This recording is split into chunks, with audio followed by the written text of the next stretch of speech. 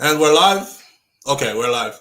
Morning thoughts, morning thoughts, morning thoughts. Shout out to the people going out to work this morning. Shout out to the people coming in from work this morning. Extra special big up shout out to the people who work multiple jobs. I have the utmost respect for you.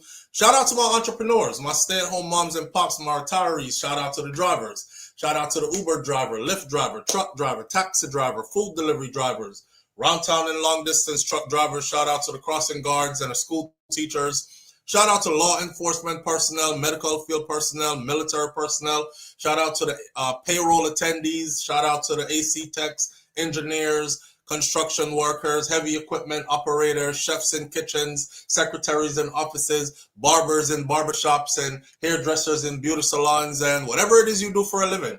Shout out to you. You get up, you go out, you work, you earn, you pay your bills.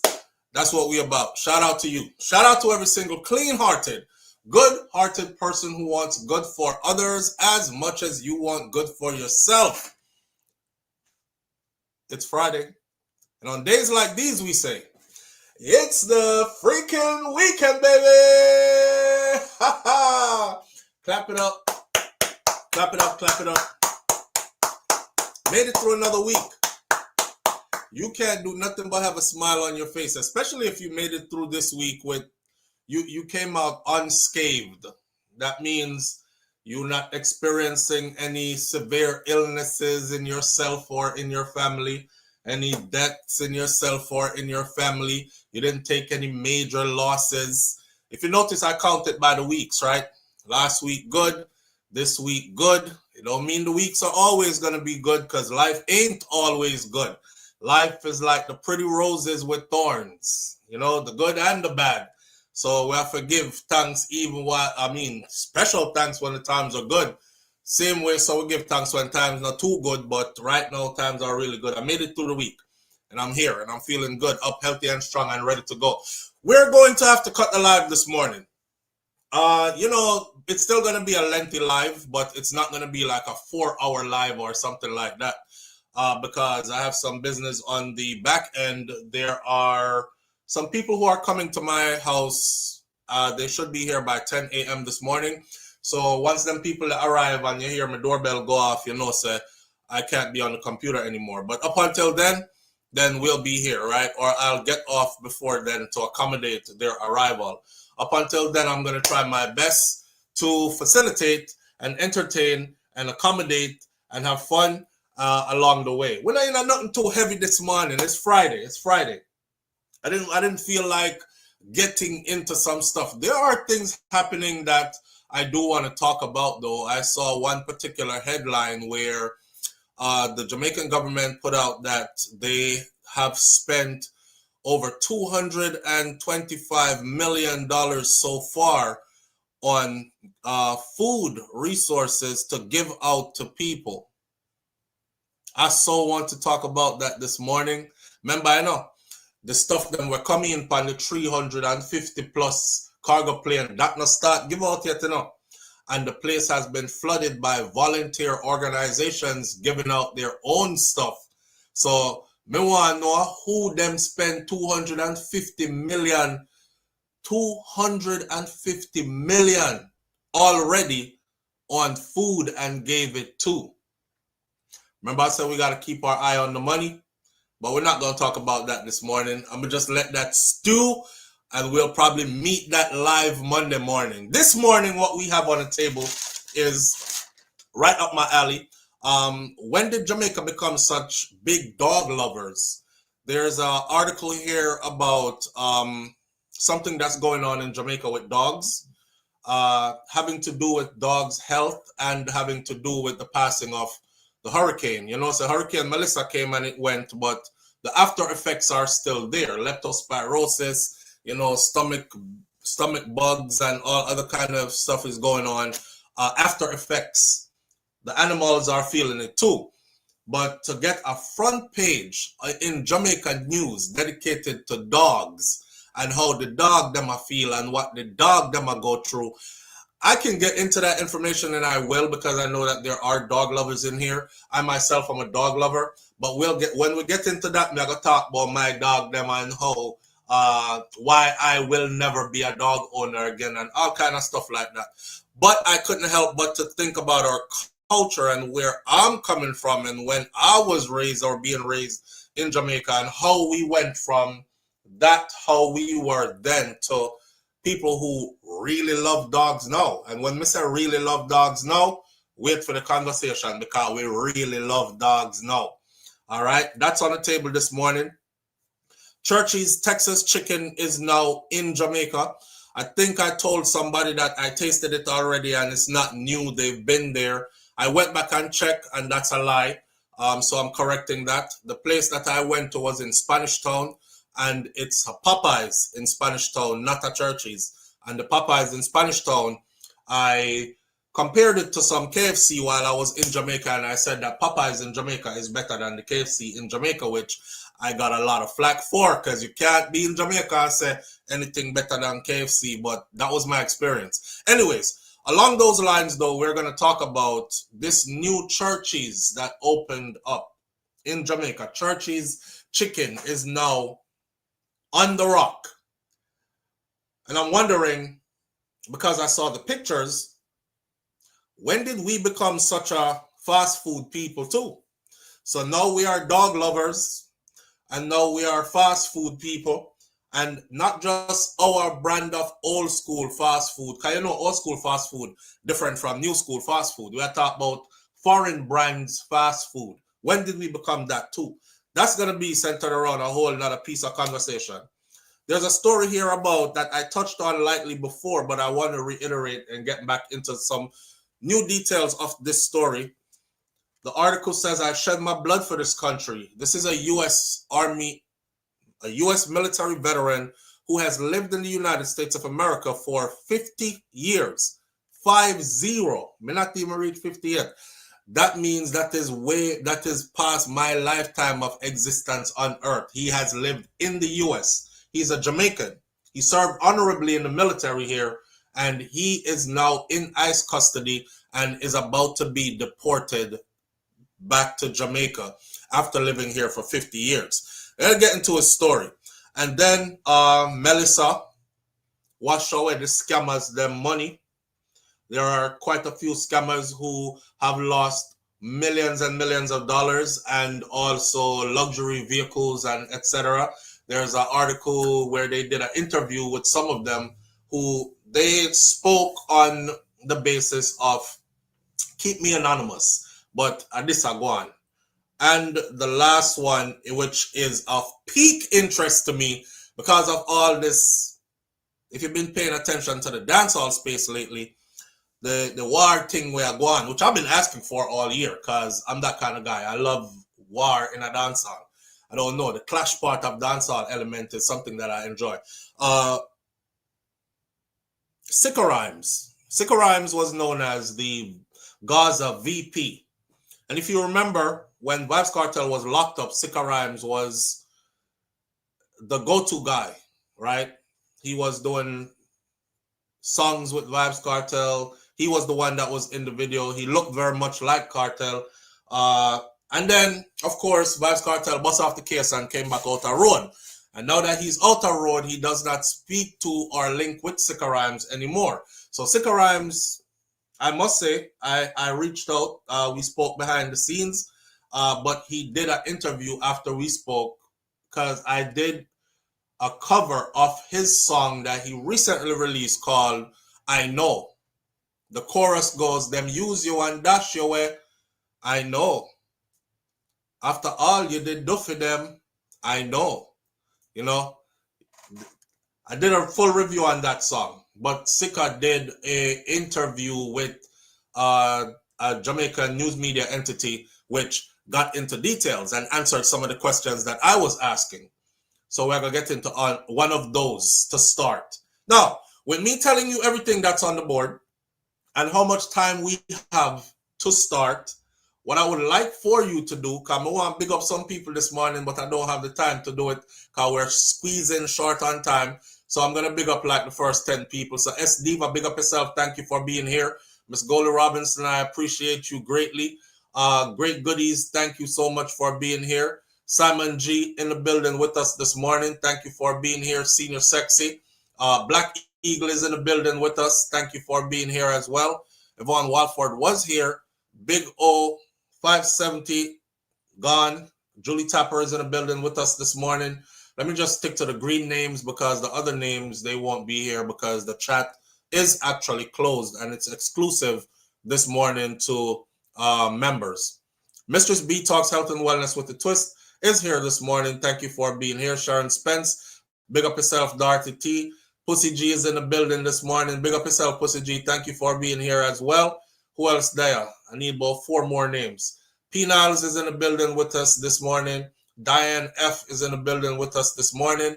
Nans, you're dead as a Virtuous Fire. Thank you. Wayne Nathan, big up yourself. Kaitai Jai Empress, Upments. Thank you for being here this morning. Nisha, can't pass you on this morning, my friend. Mervyn the Point, Jamaica Curse, same thing. See, that's the thing. Once I start calling names, right? There are names that are always here that I just can't pass when I see them. So it's best to not even start. Because I feel like I'm doing something wrong by saying, big up yourself, this person, and then I get to a name like Nisha or a name like Mervyn the Point, Jamaica Kerr, or a name like Kaitai Jai Empress or Dorothy T. Or Pussy G, and I can't stop this.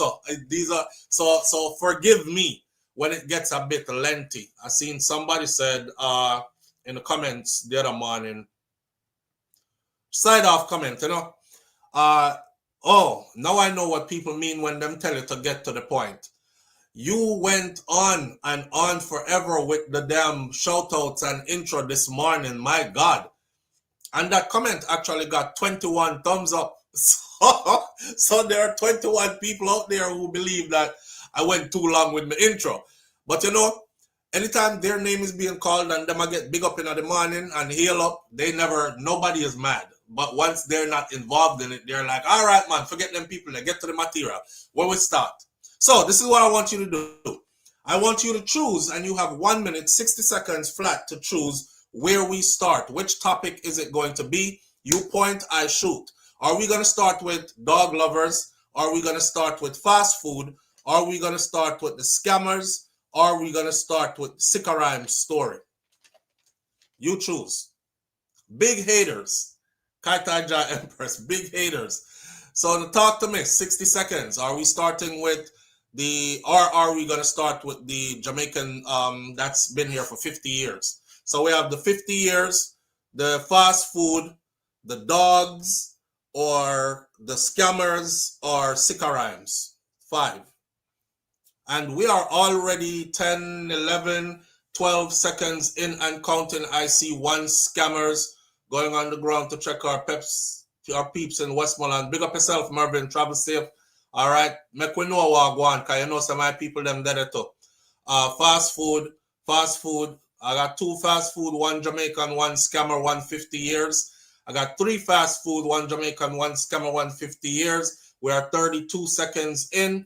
Food is leading, and no more is there. Fast food is now ahead by all counts. Everybody else has 1 fast food. It looks like it's going to be. Let me start queue up the fast food. Fast food. Let me see what else is going to be. Fast food. All right, we're going to start out with the fast food. We have 11 seconds left. 10, 9, 8, 7, 6, 5, 4, 3, 2, 1. Babe, how many not hear the door go off? You did? Close it and open it back for me. Let me see something.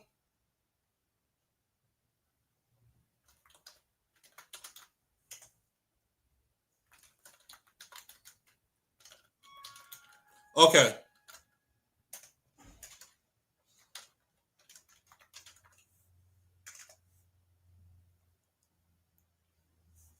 Maybe I got deaf.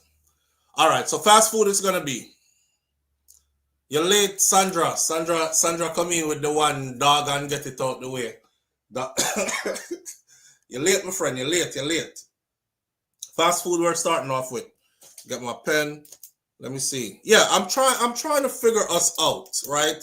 And I think it's important for us to like chronicle the times and be a marker for the culture. Like we are the ones that gauge where we're at. We have stories from where we're coming from because we've been there and can give an outlook on probably where we're heading, right? All right, so here we go. What you say, Mervin? Mervin say you never hear it neither. All right, Mervin. So that means that I know me I got deaf. Me no feel bad. Me no know how she hear it, but I didn't hear it. All right. So it's official. Church's Texas Chicken is on the rock. The door of its Mall Plaza location opened on Monday, December 8th at 8:30 a.m. with eager chicken lovers ready to partake of the hand-battered chicken, biscuits, and fries, operated by Global Brand Group, listed as the Caribbean Premier Restaurant Management. The launch attracted company director Anthony Sabga Abond and William Sabga Abond in from Trinidad and Tobago, as well as Greg Gallagher, Church's Texas Chicken Vice President of the Americas, and Tim Waddell, EVP, Head of International Business. They were all on hand too. Was Church's Chicken's mascot, Crunchy the Chicken. They did a whole big rollout. You have to see the rollout. It was something else. They're cutting ribbons. I see my Jamaican brothers and sisters in their uniform. They have on all black with the words are in yellow and black. I mean, yellow and white on their black shirt and pants, except for the manager of the store that looks like she wears the same black top, but some gray pants, slacks. So that's that. The line long. The line outside is long. If I had more time, I would have loaded it into the thing so I could put it on the screen for you. But the line outside is long. If you go to the Jamaica Observer and you look up Church's Texas Chicken is on the rock, you will see the line that I am talking about. The people them line up, and then when they go inside of the store, it pack. It is super packed inside of people. Right now I'm counting 1, 2, 3, 4, 5, 6, 7, 8, 9, 10, 11, 12, 13, 14, 15, 16, 17, 18, 19, 20, 21, 2, 3, 4, 5, 6, 7, 8, 9, 30, 1, 2, 3, 4, 5, 6, 7, 8, 9, 40, 1, 2, 3, 4, 5, 6, 7, 8, 9, 50, 1, 2, 3, 4, 5, 6, 7, 8, 9, 61, 2, 3, 4, 5, 6, 66, 67 people inside of a Church's Chicken. 67 people inside of one Church's Chicken. And the line outside long narrated. And of course, you have my Jamaican people. They are super excited. It look like them a bite the chicken and they're carrying on and all that. I have a confession. I'm not going to be a hypocrite. So it's not like me telling us that don't go support it and don't eat it. I think we're caught in a place where we are between a rock and a hard place. Right? Morning, SouFLo and family. Up, big up yourself. I think we are caught between a rock and a hard place here because, in Jamaica where opportunities are so limited and people are seeking gainful employment, so we're not go get mixed up in anything. Otherwise, it's nice to have employment where you can earn a living. I mean, especially for those who didn't get the chance, I would say, to climb up the ladder as far as the educational ladder or through the system then, right? I would hate to go to university and get a degree and come out and then nothing and go on for me, so I have to go work at Church's saying, how may I take your order? I'm not looking down on people. I'm just saying there are different things happening for different people across society. So when you have those who didn't get a chance to do all them other things that others did, it's nice to know that there is still gainful employment available for them, and it's also meaningful, right? So you can work, earn, be a part of something bigger than yourself, help pay your own bills, stand on your independence, etc., etc. All that comes with working, earning, paying bills, and whatever. But on the other side of that is the fast food places are multiplying fast as ever across this small island. And we get a couple of million tourists per year in Jamaica. But when tourists come, majority of them don't go to these fast food places. Majority of them want authentic Jamaican food. So what I have found over the decade or so of just going back to Jamaica every single year without skipping a year, what I've found is that most of the fast food from the foreign fast food places it's consumed by Jamaicans, local Jamaicans. So we have foreign entities that are opening up fast food restaurants everywhere, and it is consumed by Jamaicans. Now, the reason why I'm asking, big up to Churches, my confession was that Churches was one of my favorite places to eat. I have not eaten Churches in a long time, but wherever I find a Churches, I always go there, go buy some chicken, because them fried the chicken crispy. I like my chicken fried crispy. I don't like any soggy chicken or whatever. So yeah, and it's always well seasoned as well. So, but we must also be conscious of the fact that overconsumption of this type of fast food is not good for us. One of my main concern is, where are they getting the supplies from? Which part the meat come from? Are they sourcing the meat locally? And I'm going to have to do my research to fully have this conversation about Churches. I've done my research to fully have this conversation about KFC. And I took back what I said about KFC before. Because before, me used to tell people, say, KFC, a foreign store that. Them come from foreign. And them import all of them chicken and all this. It wasn't, and I had spoken too early, and it wasn't until I actually went and did my research and I found out that majority of KFC stuff in Jamaica is actually sourced locally. And then I started to realize actually why the chicken tastes like that. Because I came back to the US and I went to KFC, and when I pulled the skin off the chicken here, it have this thick layer of yellow fat under it that I can't eat it, I can't swallow it. Once it touched the inside of my mouth, you ever have a bad cold and you go so, and something come up in your mouth where it's a thick piece of yellow coal? You will get sick. We're a human being. Make we talk. You ever do that? And the piece of yellow coal come up in your mouth? That's what's under the skin of the chicken in KFC chicken in the US. And when I go to Jamaica, I eat the skin of the Jamaica KFC. Me not bother rip off the skin, even when I tear off the skin, because sometimes I'm paranoid, so I tear off the skin to see if that layer of fat there. Nothing. And yeah, the film and coal. And I just eat, when I'm in Jamaica, I eat KFC, all of it. I'm eating the skin, everything, crack up bone, everything. Like, it's seasoned all the way to the bone. So I also, through my research, found out that not only is it sourced locally, which that's, if you know me, you know, sir, that's a plus for me. Cause I saw me grow up. I grew up in a farming district in Jamaica where we ourselves used to raise chickens, and grandpa and grandma them had hundreds of chickens. So we had hundreds of layers and we had hundreds of broilers. So we used to supply restaurants and supermarkets and the local community with chicken, right? Me I kill chicken actually from me I like 6, you know, like catch chicken and turn them upside down, and me know if you tie them leg and put them on the bamboo upside down, ring them head and cut it off. And then we used to, like, my older cousin them used to hang them up, and they would hang up like 6, 7 chicken on a long bamboo catch between some coffee trees, and they would teach you how to like cut that one up here, so.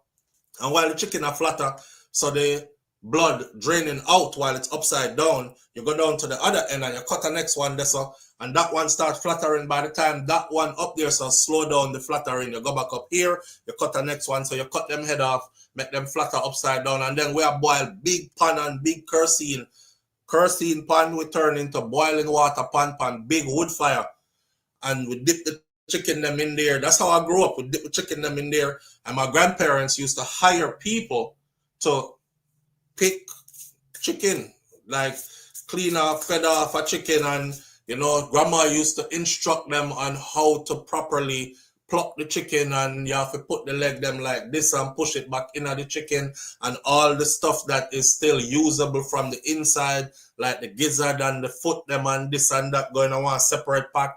We will literally get them ready to what you see look like in a grocery store. So for me to hear that KFC actually supports our local chicken farmers, you know, so I never feel guilty about eating at KFC anymore. As a matter of fact, I wanted to eat at KFC all the time now. So every time I go to Jamaica, it's a ritual where we hit KFC as soon as we reach, and we hit KFC when we're leaving on our way to the airport as well. So big up to KFC in Jamaica for that. But seeing all these other places coming out all over the place, I'm learning that not everybody is sourcing their stuff locally, which is a concern of mine for our local people. You know, because we know how the food thing go in America already, don't it? Yeah. So like I said, the meat here is super different from the meat back home, and I don't want to say what's coming with it. Now, my question is, based on this concern of mine, when the hell did we become such fast food loving people? When did we become such fast food loving people? I know back in the day growing up, KFC was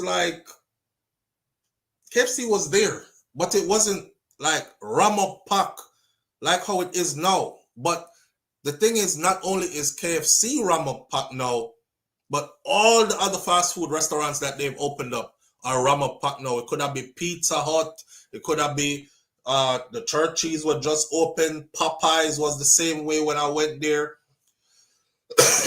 When did we become such a fast food loving set of people? Because the Jamaicans, when me know, we occasionally ate out, but we were more like home cookers. You know, Jamaican people usually cook them own food. Them never to patronize fast food. But now it look like we don't cook home much anymore. We actually eat out more, especially fast food.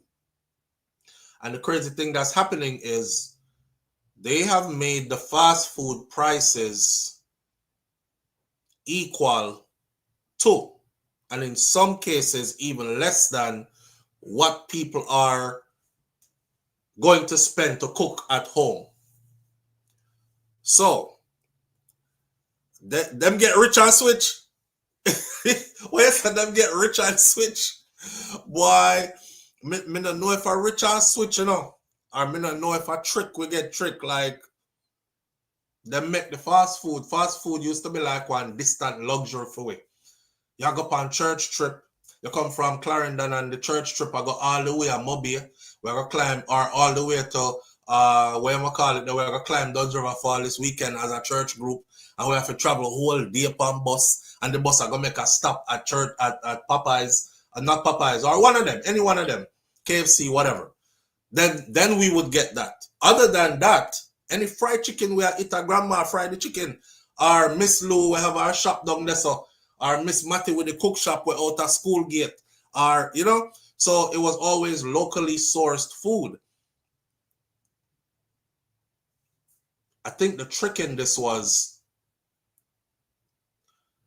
the amount that they're able to import at the price they're able to import it gives them an advantage. So they're able to then sell it at such a low price that we buy it so much that they're still able to make a good profit off of it. Crazy.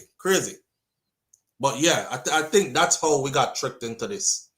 And now, nobody not really want to cook. Y'all talk about cook. Cook is like once a week. When it was the other way around. Before it was eat out once a week. Now it's cook once a week. When I say love pinks, when we go Jamaica in the summer, the line them long bad for every fast food restaurant. Trust me, not even cook shop like that anymore. Me notice. That's exactly why I'm having this conversation.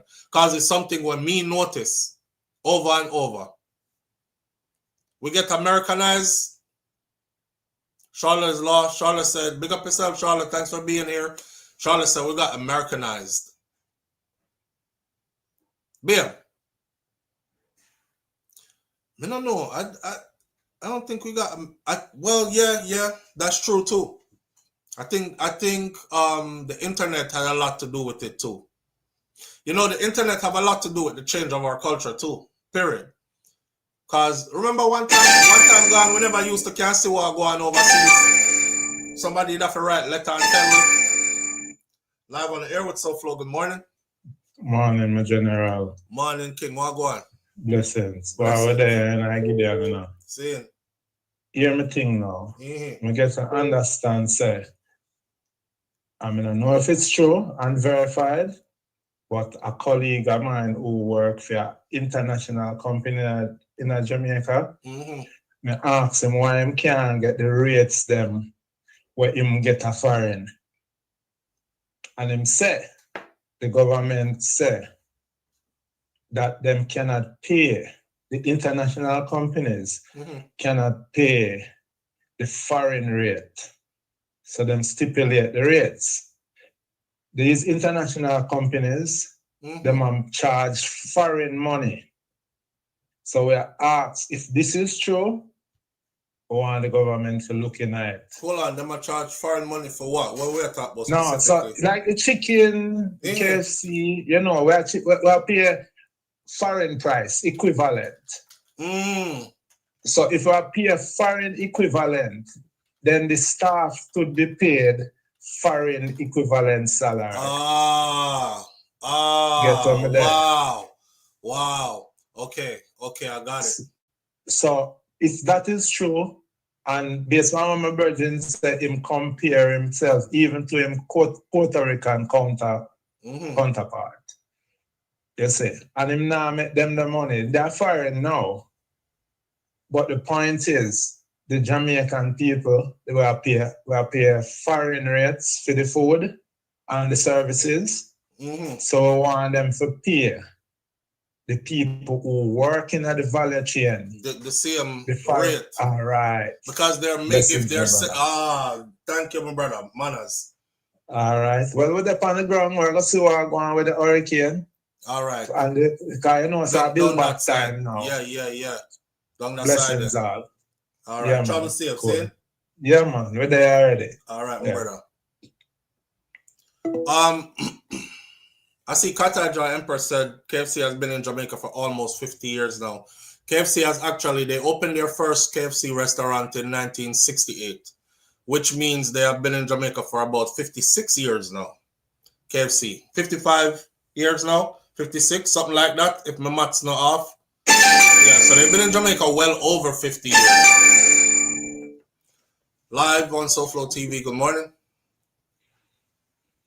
Hello. Good morning. Good morning. How you doing? I'm good. Good morning, family. How are you, SouFLo? I'm good, man. How you doing? Good. Pick up yourself, Shakira. SouFLo, if you read the calories count on one of those meals, yeah, super high. Yeah, like 6,000 calories per sandwich or something. Yeah, if you're gonna consume that on a regular basis,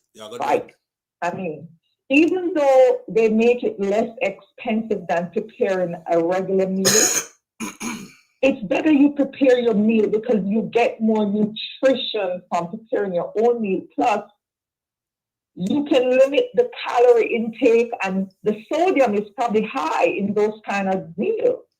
Okay, but you know what? I don't think that Jamaicans care about that at this moment. I think we're gonna get there though. Yeah. We're gonna get there where we're gonna be catering. Yeah, we because we normally care when it's too late, right? And it's gonna be too late. Yeah, we normally care when the blood pressure skyrockets and we can't get it to come back down. Yes, and obesity in the children and all of that starts to get out of control. Right. We normally care when dialysis is required now to stay alive. Yeah, that's when we really start to care. And I mean, you're right. We should be conscious of these things. We don't even know the kind of oil that they're using. You know, I don't eat out like fast. I don't eat out like that. Like KFC and churches, no. Same. I don't do McDonald's and Burger King and that kind of stuff. I used to, but I learned now, and then I just stopped many years ago because you can't control your health when you do it like that. When you cook at home, you can portion your size and know. Because when you eat one of that meal SouFLo, 1,000 calories already, you already taking. Yeah. So what you gonna eat for the rest of the day? And truthfully, you're not. I'm watch this, right? I go to the gym, right? So if I'm in a case where I'm trying to lose some pounds, boy, I go up on the treadmill, and it takes you about an hour and change to hit 1,000 calories. An hour of moving briskly on the treadmill at good speed, 1 hour straight, non-stop, to burn off 1,000 calories. And I know the majority of our people not doing that. They're not. And we don't have the health service to facilitate the health of our people. Yeah. We don't have that service. They don't have it. Even now during Melissa, you can't even find the hospital to accommodate the people to take care of them properly. So when we add on top of that, it's going to be a disaster coming ahead of us. Yeah, I said that before too, and I see it. Yeah. So we got to be careful. It's not that you can't eat it, but you can't be eating it every day for a regular dinner and lunch. No, that's not it. You can't have that for lunch and dinner and breakfast. No. So what I said to the people, them said, the ones who are listening, and you're there in Jamaica, and this is your everyday thing, or almost everyday thing. What the sister is saying, you see, and that's why we have these conversations. We know, say, you're smart, you're intelligent, you know that certain things you're not to overconsume because it's going to be bad, but however, sometimes you need a reminder. So we are reminding us. Prepare your own food at home. Yeah, we're not saying you mustn't go eat it, but we are saying don't make it an everyday, steady diet kind of thing. Cook your meal. Yes, sit and prepare your own meal. Instead of frying the chicken, bake the chicken, grill the chicken. Because too much fry is not really good for us, SouFLo. At all. Yeah, God bless you. Bless up everybody. All right, my sister. Yeah. So, we're just a reminder, we're not saying that people don't have no sense and can't choose for themselves. I know you're highly intelligent people when you can read like everybody else, but sometimes we need a reminder. You know what I mean? I've worked in the healthcare field, and I've seen doctors go outside of the hospital around a back like this.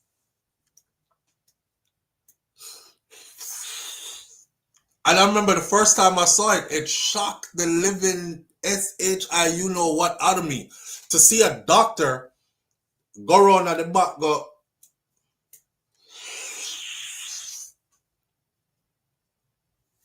I said, damn.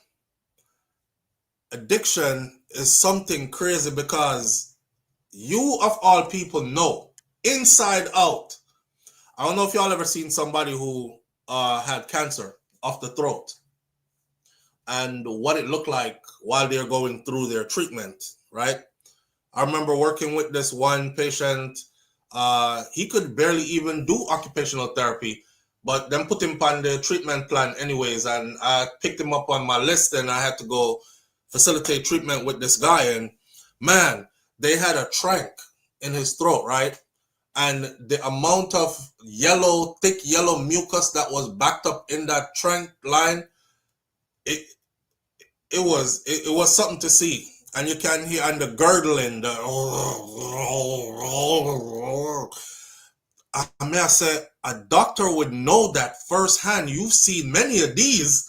It took me seeing one for me to be like, oh, hell no, not even ganja me no want bun no more. If I'm gonna do, I hate doing pharmaceuticals.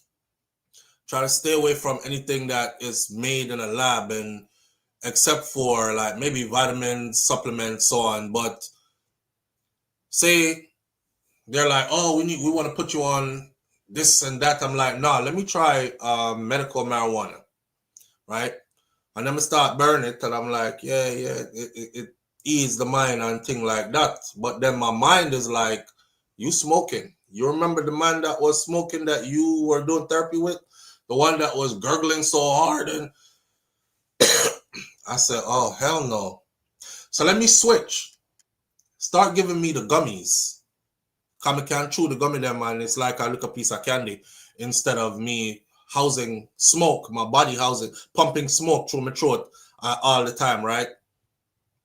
Because I just don't feel like that's something that is okay. Knowing what I know. Now, if you don't know, it's a different story. But if you are a doctor, I still have a little bit of a cold. Still, I work with that. But if you're a doctor and you've seen this and you've worked with patients who you had to trank them, cut a hole in them throat, put a tube down in there, you're the one who's cleaning out, removing the mucus, or you've seen your nurses do it, whatever. That should be the scariest thing in your way for you to be like, oh God, I know the effects of, and I would never. It's the same thing for the food.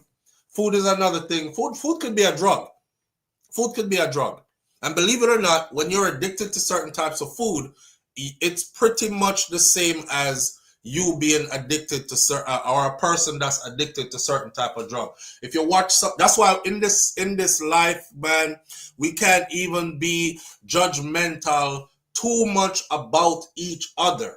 Because you will sit over here and pass judgment and be like, look on him. Always a smoke the nasty thinking cigarette them. Addicted to it, you know. But you over here, I gotta pass by McDonald's on my way home, cause I forget or pass by McDonald's in the morning because I gotta get my breakfast sandwich or whatever. You not even realize that you addicted to. It is the chemicals that they put in that food that got you wanting to come back for it every morning. You know what I mean? Everybody addicted to something in some way. And food is a drug, or could be a drug. And people are addicted to what I'm addicted to. That's why you see people are like, oh, Jamaica fast food, Jamaica KFC are addicted. They're addicted to KFC. Just like how one crackhead addicted to crack. Just like how a smoker addicted to him cigarette. The same way you addicted to your KFC, and you hear somebody else say, I don't like the KFC.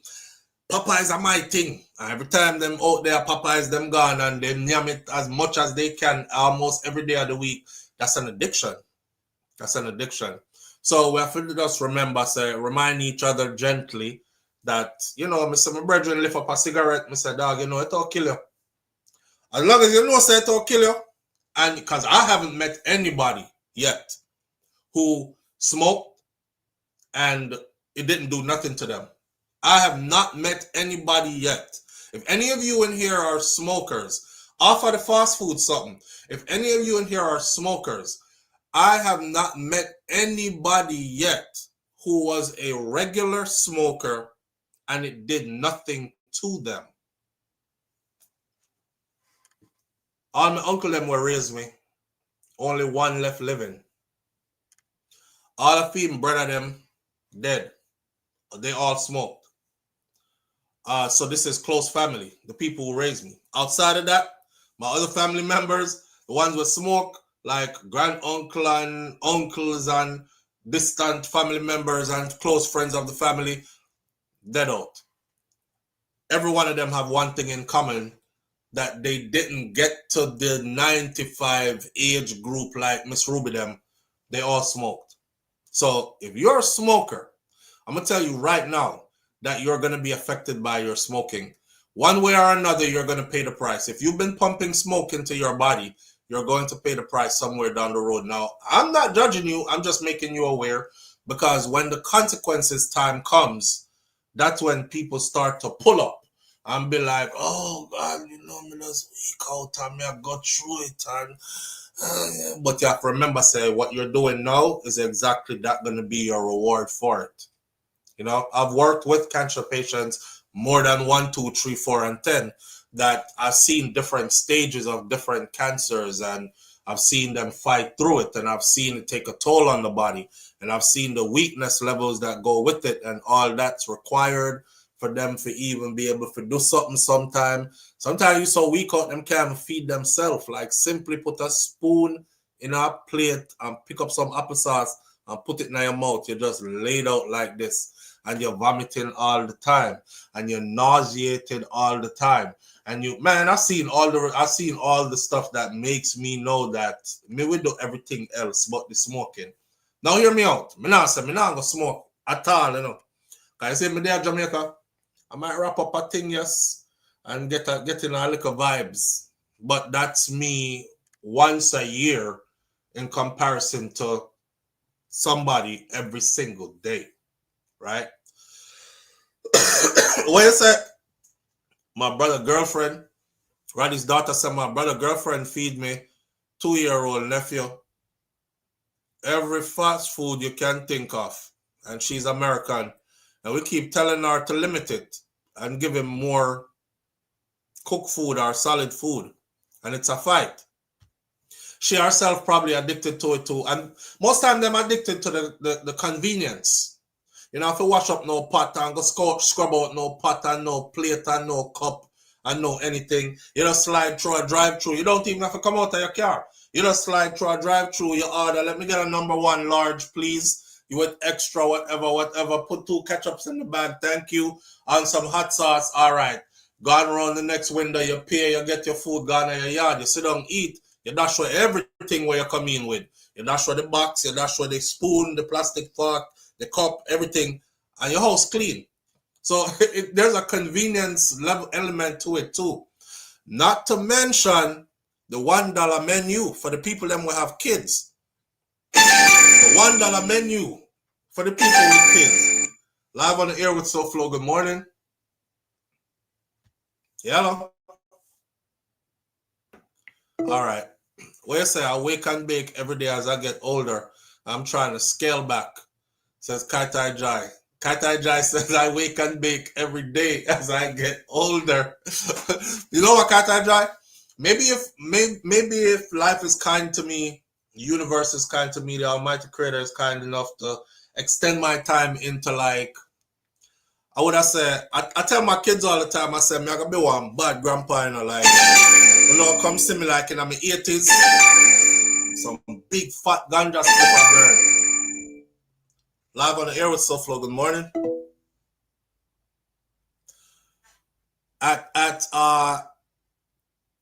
In my 80s, maybe. Cause honestly speaking, I mean, how much further you going in life after you hit 85, 90, them age there, right? So me hit 85, 90. It's time.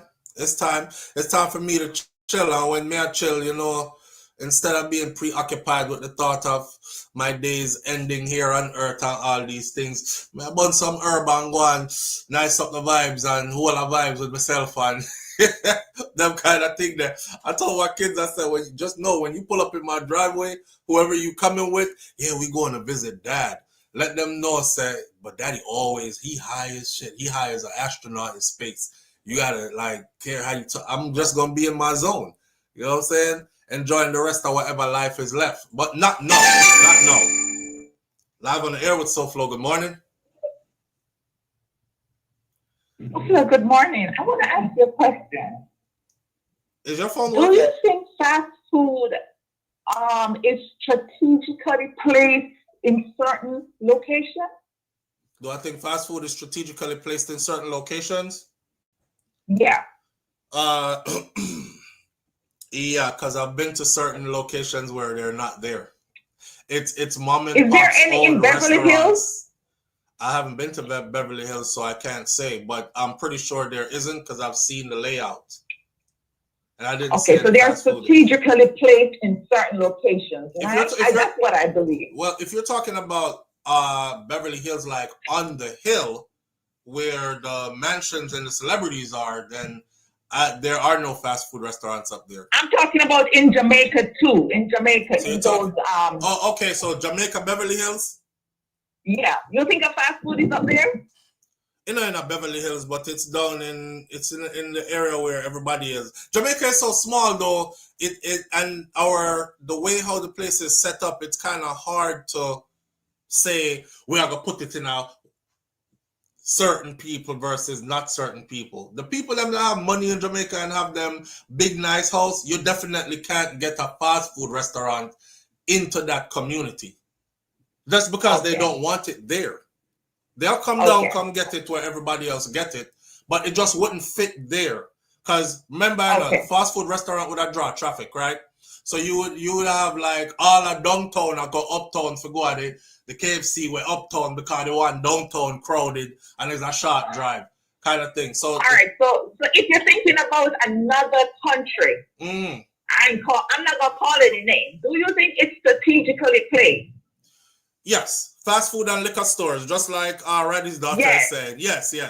I do. Absolutely. Okay, all right. Yeah, absolutely. There's a place here in Florida that's close by, in my town where I live. It's close by my house, actually, but it's on the other side of town. It's in an area that we call the Hood. There's a 24 hours drive-by liquor store. Watch this. It's a 24-hour drive-by liquor store. You literally drive, and there's no other way to get to this liquor store. Like, you can't park and walk inside. You drive around the building, you pull up to the drive-through window, you order off the menu, them give you alcohol, you pay on driveway. A drive-through liquor store. Attached to this drive-through liquor store is a club. The club has been shut down for quite some time now. The building is just there. The liquor store is still going. But the club was after hours. Stuff used to happen there. Stripping, parties, all that, right? I found out it was owned by a local set of police officers. And it's right across the street. It's right across the street from Sita's World, it's called, or Sita's Mission. Sita's Mission is a place where people who have been in trouble with the system, addictions, they're fighting addictions or whatever, if they've been arrested and they did time and they get out because they've been released and they have nowhere to go, they go to Sita's Mission. Sita's Mission collects donations and clothing and stuff. So you coming out of prison, you don't have nothing. Them get you some clothes and them gear, you know, and they get the people them back on track. And right across the street from it is a 24/7 liquor store drive-through, after-hour spot connected to it. And at the after-hour spot that was connected to it, they didn't have a liquor license, but they allowed you to bring your own bottle in. And this is how they used to do it. You would go to the liquor store next door. Remember, I'm telling you, police own it to know. This is in Florida right here. You would go to the liquor store next door. You would buy, say, you and your friends are go out tonight and say, yo, we want Henny. So we go buy a big bottle of Henny. You have to check in your big bottle of Henny when you go in. Check it in with them. They sell it back to you. And that's how you got your bottle of Henny in. Real stuff. Real stuff. So yeah, these fast food restaurants and liquor stores are known to be placed strategically in certain areas. A short drive over the bridge from that, you have where the houses are $1 million homes, right? The cheapest house over on that side is probably like, I would say like 1 point something mil, the cheapest homes, and they go all the way up, right? The further you go down the beach, ain't no fast food restaurants down there. None.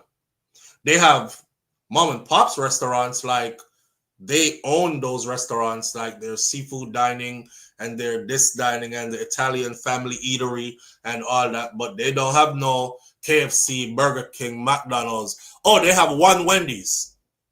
They have one Wendy's, and that one Wendy's has been there forever. And that one Wendy's tastes very different from all the other Wendy's them.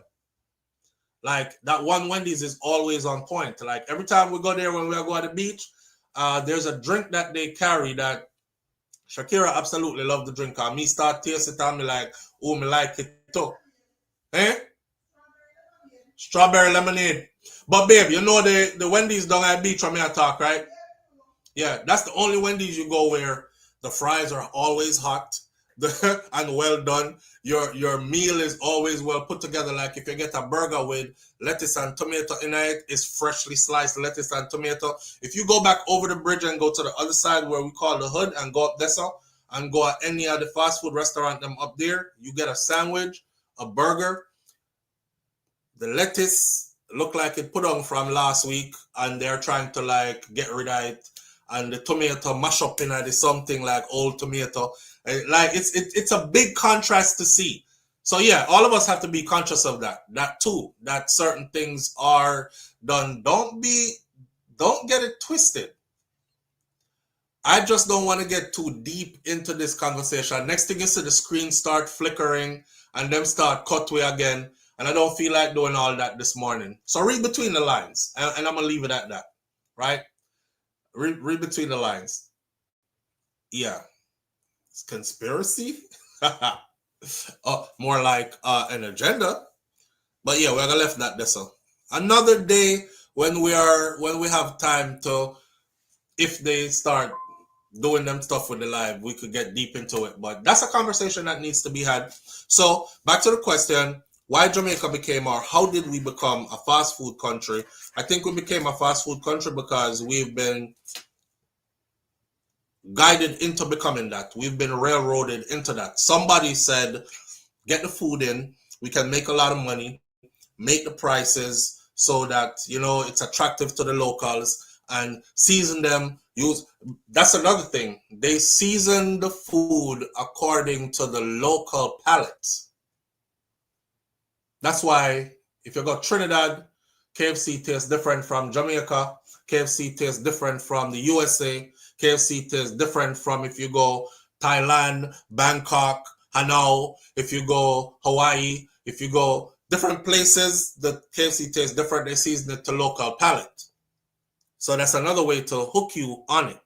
Because, boy, the chicken that tastes like grandma chicken still, me not lie. Me wouldn't say it to her face, you know, because me always tell grandma, I say, but you're like, Lord fire. Now, that could be super addictive. Who is not addicted to their damn grandmother's food? My grandmother cooked like, I don't know nobody who could still cook like my grandmother. My mom is a close second, but I don't want to hurt her feelings, but she wasn't no Miss Ruby, right?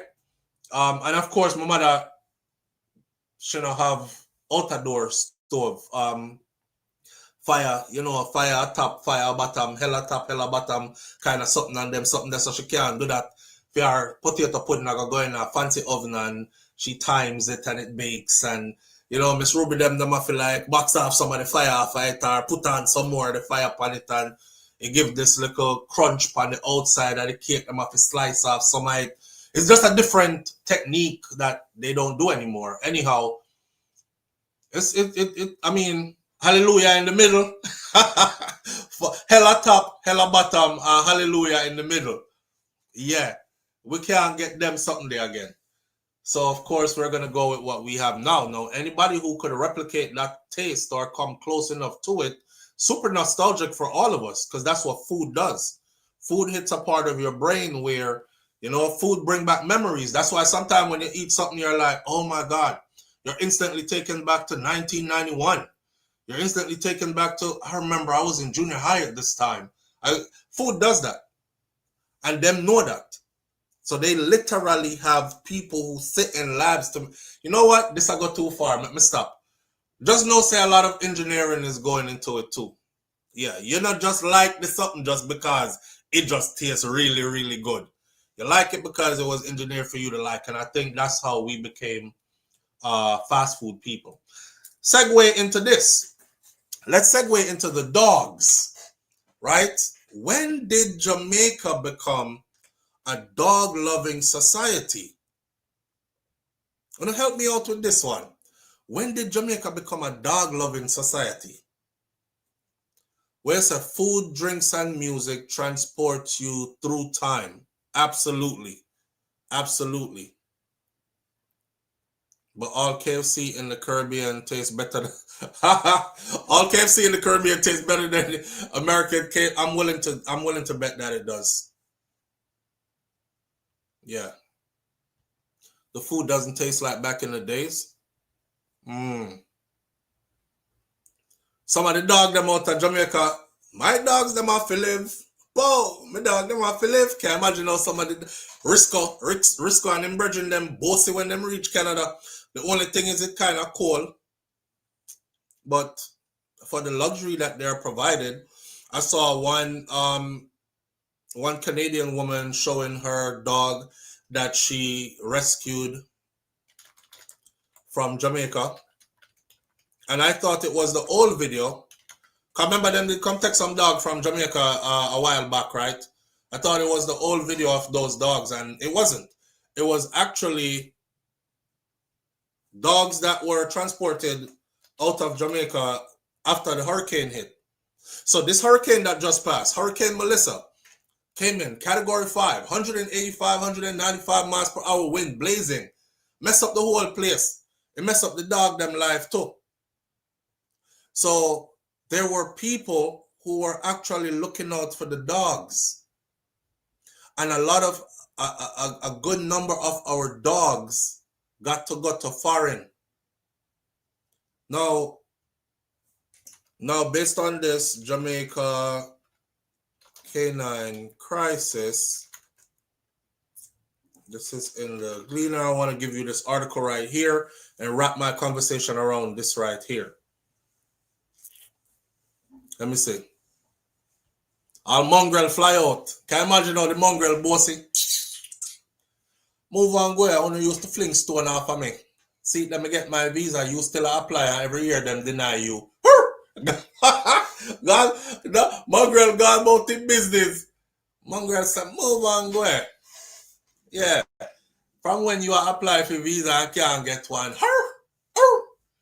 Canada be there. I'm good, and I'm never coming back. I'm going to learn to bark like a Canadian dog. Because they bark different. Jamaican dog, them just too brawling. Throw it always out in the streets. We have to be aggressive. Rah, rah, rah, rah. So I don't bark like that anymore. You know, like the people that were left Jamaica, I come foreign, and in 1 year time, they're spoken like they were born and raised here. And you can't tell, say, yeah, them come from you. I say, hi, man. Like, tone it down a little bit, brother. I saw the dog that want change accent and change attitude to you. I want to see the dog when the lady show her dog. This is Fido. We brought Fido from Jamaica just now after Hurricane Melissa. I was like, after Hurricane Melissa? That was a few days ago. Damn. Fido reached foreign quick. You want to see Fido? Fido sit down refined already. Paws cross, lay down pan belly, paws cross like this. You know, Fido must not know so them will neuter him, which them are gonna cut off him teely. Or they don't cut the teely off, they cut the balls. But is a sacrifice he'll have to make. And I'm sure after I'm losing balls, it might mourn a little bit. Because the dogs are like the men in Jamaica, right? I don't know no Jamaican man who want to be neutered or them take away balls or ability to punch up something. So the dog them probably are the same way too. When you find out say that you have to do, that's the trade-off to make it to foreign. Like as soon as you reach, you can imagine the conversation between the Jamaican dog them leaving Jamaica going to foreign, and them talk to each other and them say blood fire dog. You know what say? Yeah, them take Rex 2 years ago. We don't hear back from him. But you know, say Shalisa. Who is Shalisa? Miss Brown Shalisa, man, the little one who used to come turn up at the gate, but she couldn't come outside because they had the mesh something on the gate. Yeah, you didn't want to jump on her. That one there. She tell me say they hear from Rex. And Rex said they cut off him balls. Yes, then cut off him balls. So that them are gonna do it, but in a dog language, you know, they're like dog start barking, you want to go back in yard. Me prefer poverty. And they're like, calm down. Oh my God, he's been through so much. I beg to not leave Jamaica, you know. All of a sudden, him don't want left no more. They're like, calm down. We're gonna have to give him a shot, sedate him for the flight. Okay. Are you on it, Harry? This one is super aggressive, but he'll be all right once he gets to Canada. Okay. And the poor dog I beg, don't leave me, leave my yard.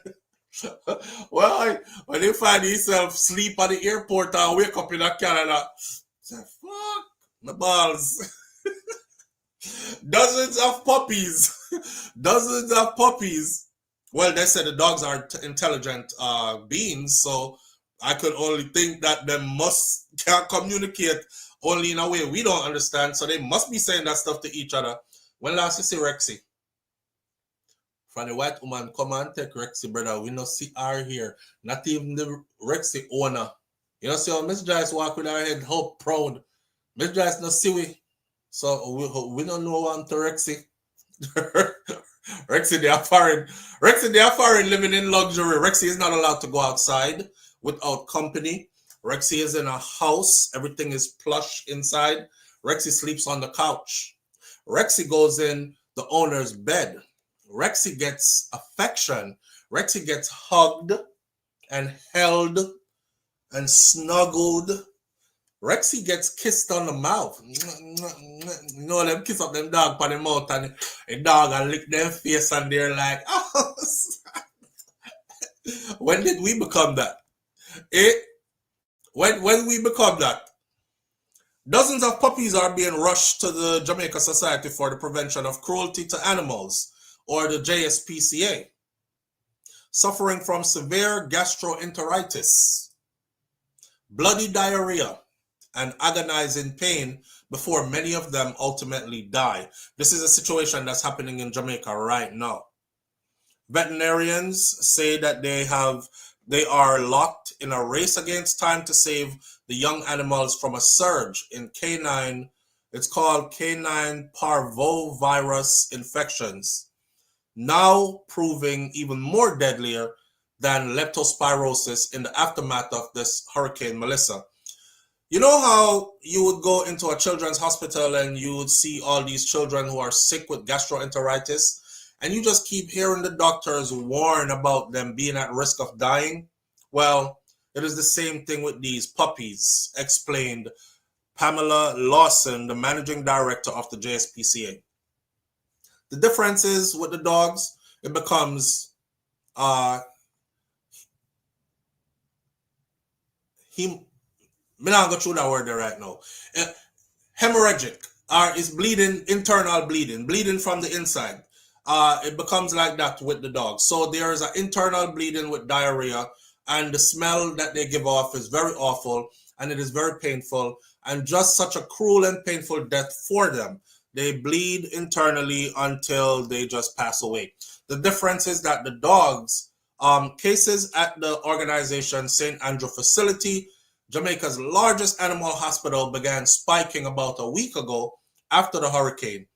Lawson suspects that environmental changes that were triggered by the storm may be helping to fuel this outbreak that we're having. According to the American Veterinary Medical Association, canine parvovirus, commonly called parvo, is highly contagious, and it exists in several strains, all producing similar symptoms. The virus attacks white blood cells and the gastrointestinal tracts of dogs and related species such as fox, wolves, that can damage their hearts, especially in young puppies. So while all these dogs are vulnerable, the very young ones are of certain breeds, especially, they face a significantly higher risk. As I'm reading through this, though, I'm thinking, damn, we have really become super invested in the care of our dogs.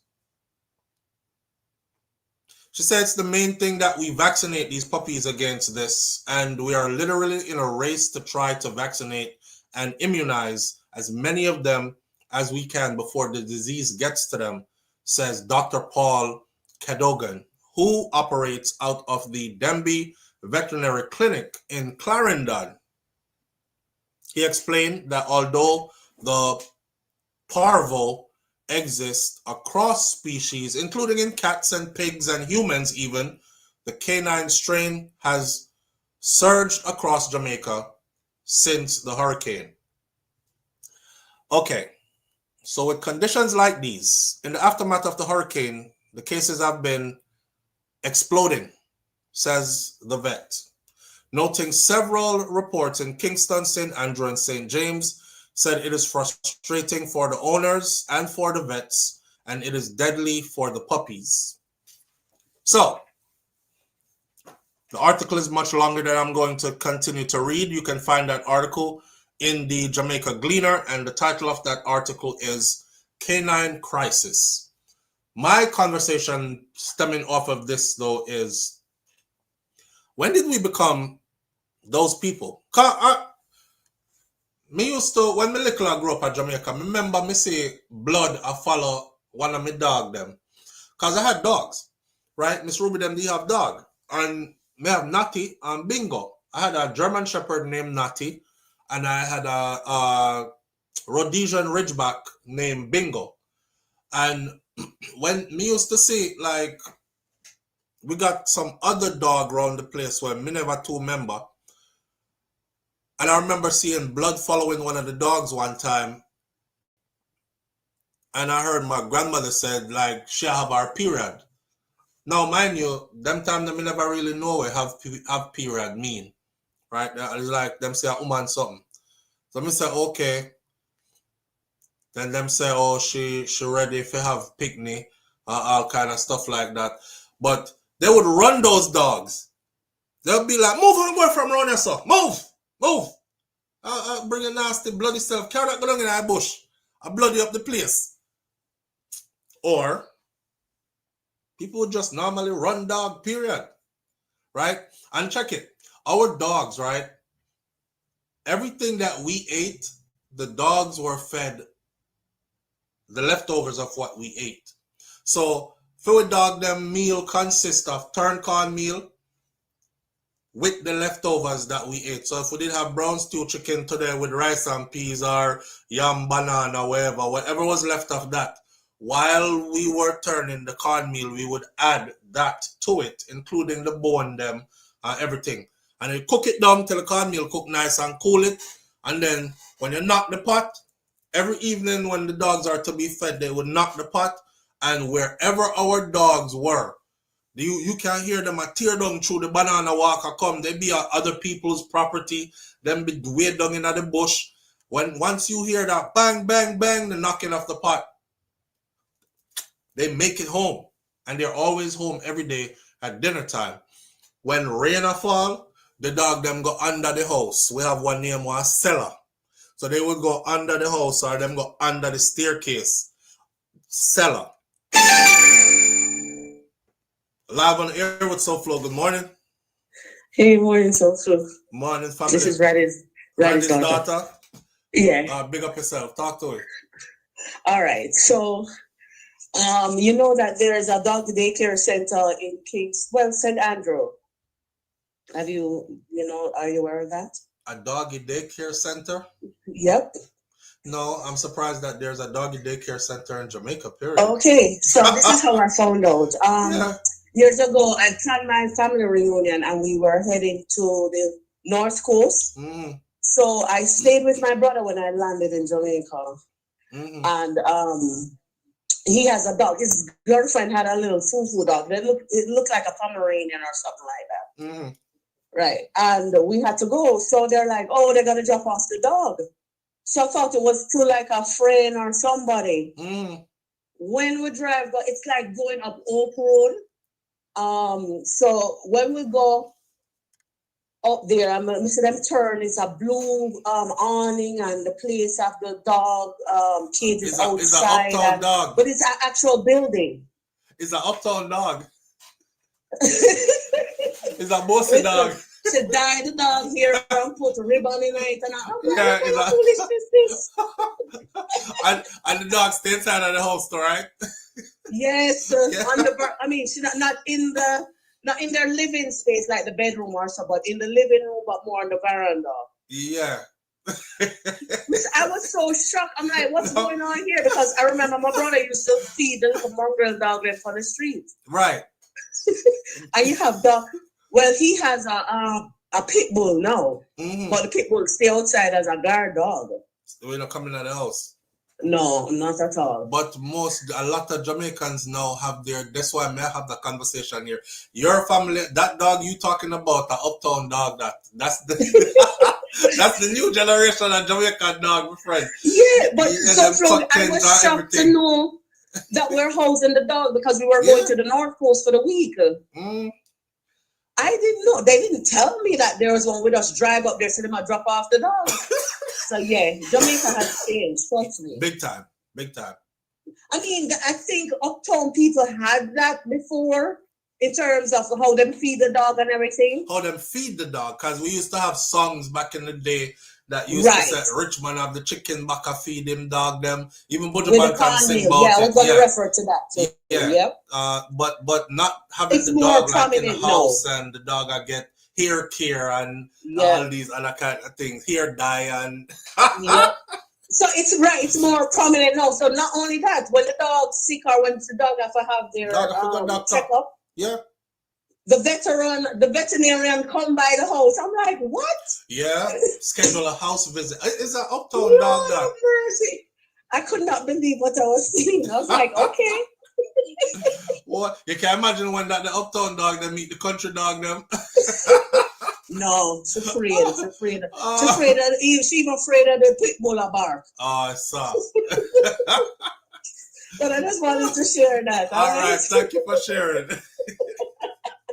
You can't imagine when she all meet the country dog. Cause country dog them just walk bush whole day, and you know them hop on each other. Them sometimes you see them stuck back way.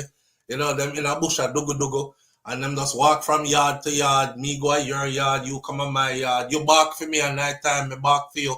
If anybody come down at your yard, either that kind of stuff. Our dogs them actually protect not just our house, but them protect the house them beside us too. Like if them sense strange scent or see strange face or strange movement, them protect. But could you imagine the uptown dog them being introduced to country life? Live on the air with SouFLo. Good morning. Morning. Morning, family. What going? There. All right. With the dogs. Mm-hmm. I don't know if you remember, our dog usually self-medicate themselves. Yes, my dog used to eat grass and stuff exactly. Like. Yeah, them go through. But me remember the grass white name look familiar, like the thin grass with that sticky thing. I don't eat more than one grass. I was really young, so I don't remember what kind of grass. And I used to think it was like the dog did have the intelligence to go a bush and go find which grass needed for what condition them have. We are so intelligent until even our animals are intelligent. They know that can't cure any sickness in the body. True. Because all right, we never usually stay with dog with mugs and wally pursuit. Yeah, you don't have a little means, but then with a sleeping at the fireside, the ashes, and get rid of the means. Yes. We don't need to remember that. Yes. Yes. Them used to go in them used to go in the outside kitchen, and you know when you have the which part we cook in the outside kitchen, the fireplace raise up where you put the pot them, but the whole heap of ashes used to gather under that. And the dog, when you see a dog go in there and wallow up themselves in the ashes and walk around with it, it was usually because a mange, a case of a skin breakout or probably even fleas them did catch or something like that. But they would cure themselves. Exactly. Yeah, so we never have to use to buy stuff for fleas to spray them down and ointments to wipe on them. The dog them actually used to take care of themselves. Very much so. And we do what we must do on the other side. Yes. And how I look on this side now, when they say the dog, them have them here, just like a lady who was never penetrated before. So picture a dog being penetrated for the first time. So me saw that happen with our dog. When she started mating, and then you know the bulldog then come around and do this and that. Some of them will pay small, but you know what I mean. But what I'm saying, you will have that little blood. Wait. You know, like it sometimes. Wait, now you say you know when the bulldogs they come around and stuff, you say some of them what look at something say small and some of them So some of them did have the deal when big or some did have one little something when them I work with. My girl, they have choice. She probably had No. choice. You think she have Well, choice that she choose? Because sometimes she bite up who she Who don't she want. don't want? Yeah, Yes. man. She have a choice. She have a thing. They have a thing. She wasn't that common. She wasn't a But- slut dog. Exactly. Well, that's a bitch. And that we used to But call the dog them when Yes. everybody But at jump the on other them. hand, Eh, after they meet and that little bloody part gone, eh. you don't see them having that until they're ready to have pup. The puppy then wait for born. Mm. Yes, and remember now, if they are not in mating season, a dog can jump, a bulldog can jump her, Ah, true, right? true. So when they must say dog a bleed, well, I don't know what's going on because we start with dog then these foods that are made here, imported down there, Mm. and they're eating and they are sick. Because when I look at the time, I see people there walking the dog. When I was in Florida, Mm. dog them sick, the people them sick, the cat them sick. When we look, we say, oh my God. See, my people them a walk on the tumble over and have catch up because some of them dog a walk and I say, boy, me sick, but then the people them was to put their animal and everything. Me walk far from them. I saw. And the smell of them dog, some of them, with the hair and everything, our dogs were never like that. Shine, muscular. Yeah. So he leaves them pregnant. I mean, they keep they maintain a certain weight because remember the diet that they're afraid and they will eat. So where I said the dog them from back in the day better is a better breed than the dog them what them have today. Yes. Mm-hmm. And when we look at it, all these things come down now. So them are inject with a dog and this a dog go make with that the dog is. So them passing on bad genes. So only certain people don't be able to afford animals, dogs in particular. And if you notice, there's like advertised AI dog. Do you want a companion? Bye. All Have right. a great day. Later. Do you want a companion with an AI dog? Me probably would have go take one of the AI dog them because I don't want no more dog. I had 2 dogs. And when I was I was really bad when I came out of the military. I had like super issues, you know what I mean? I was going through a lot of stuff and readjusting to civilian life and all that and life after combat and all this other kind of stuff. And I got 2 dogs, right? And the dog them grew up so quick. And I remember my cousin's wife came over to the house one time and she said, "Oh, those are some beautiful dogs, but you know that breed, they grow pretty big. And you have small kids, and dogs grow bigger than children faster. So, or the dogs grow big faster than your children will be big. So you're about to have some huge dogs around your children being still small." And I didn't think anything of it. I kid you not, right? In 2 years of having those dogs, my dogs went from small puppies that could hide, like they would get lost in the house and they would hide behind stuff under the bed and we couldn't find them. So we would tear down the whole house trying to find them, right? They were like tiny. And in 2 years' time, them dogs were 75, 85 pounds. And in another year after that, them dogs, my Princess and Kojo was 100 and 110 pounds. And my female was 110, my male was 100 pounds. And I ended up with 2 big friggin' dogs. Now, I used to run a lot and I used to run long distance, right? So I used to take them out in the woods. I would put their leashes on them and hold the leash. I run with them. And they were a breed that required that kind of, like, you had to tire them out. Because if you never tired them out, like the female, my yard did fence all the way around. The female would run, she would sprint and bounce off of the fence, up into the ear and catch bird out of the ear, like that. Or she would run and bounce off the wall side of the house and go over the fence and be out in the street. Or the male them would have dig under the fence until them get a hole big enough to go under and go out in the streets. And they would do this every friggin' day. It was like something with them every day as they got bigger. If you didn't run them, so some dogs don't belong with certain people. Like sometimes I see some grossly overweight people who they don't even walk anywhere, and them have a breed of a dog that requires a whole lot of exercise and a whole lot of running up and down. They don't even take them out to go run nowhere. So I was a perfect fit for those dogs. I fell in love with those dogs though. And then, it was a low point in life where financially things just wasn't working out, man. And I talk about the period where I had one gun. I used to pawn the one gun every weekend. And the man was like, this is a nice gun. He was like, I'll give you $250 for it, but you have to come back and get it by this date. If you don't, then I'm going to sell it. The gun was worth about $500 and something at a low point. But I needed the money so much. It turned into me having to pawn that gun every week. Like, as soon as I go pick it up, I walk out, I walk back in, and pawn it back again. That's how bad I was doing financially. And I had my dogs, and I was losing a house. And I was like, I had to get rid of them, right? So I had to return them back to, because when I got them, I made a deal with the people who I got them from, that if ever anything did not work out, no matter how many years down the road it was, I would find them and report and bring the dogs back to them.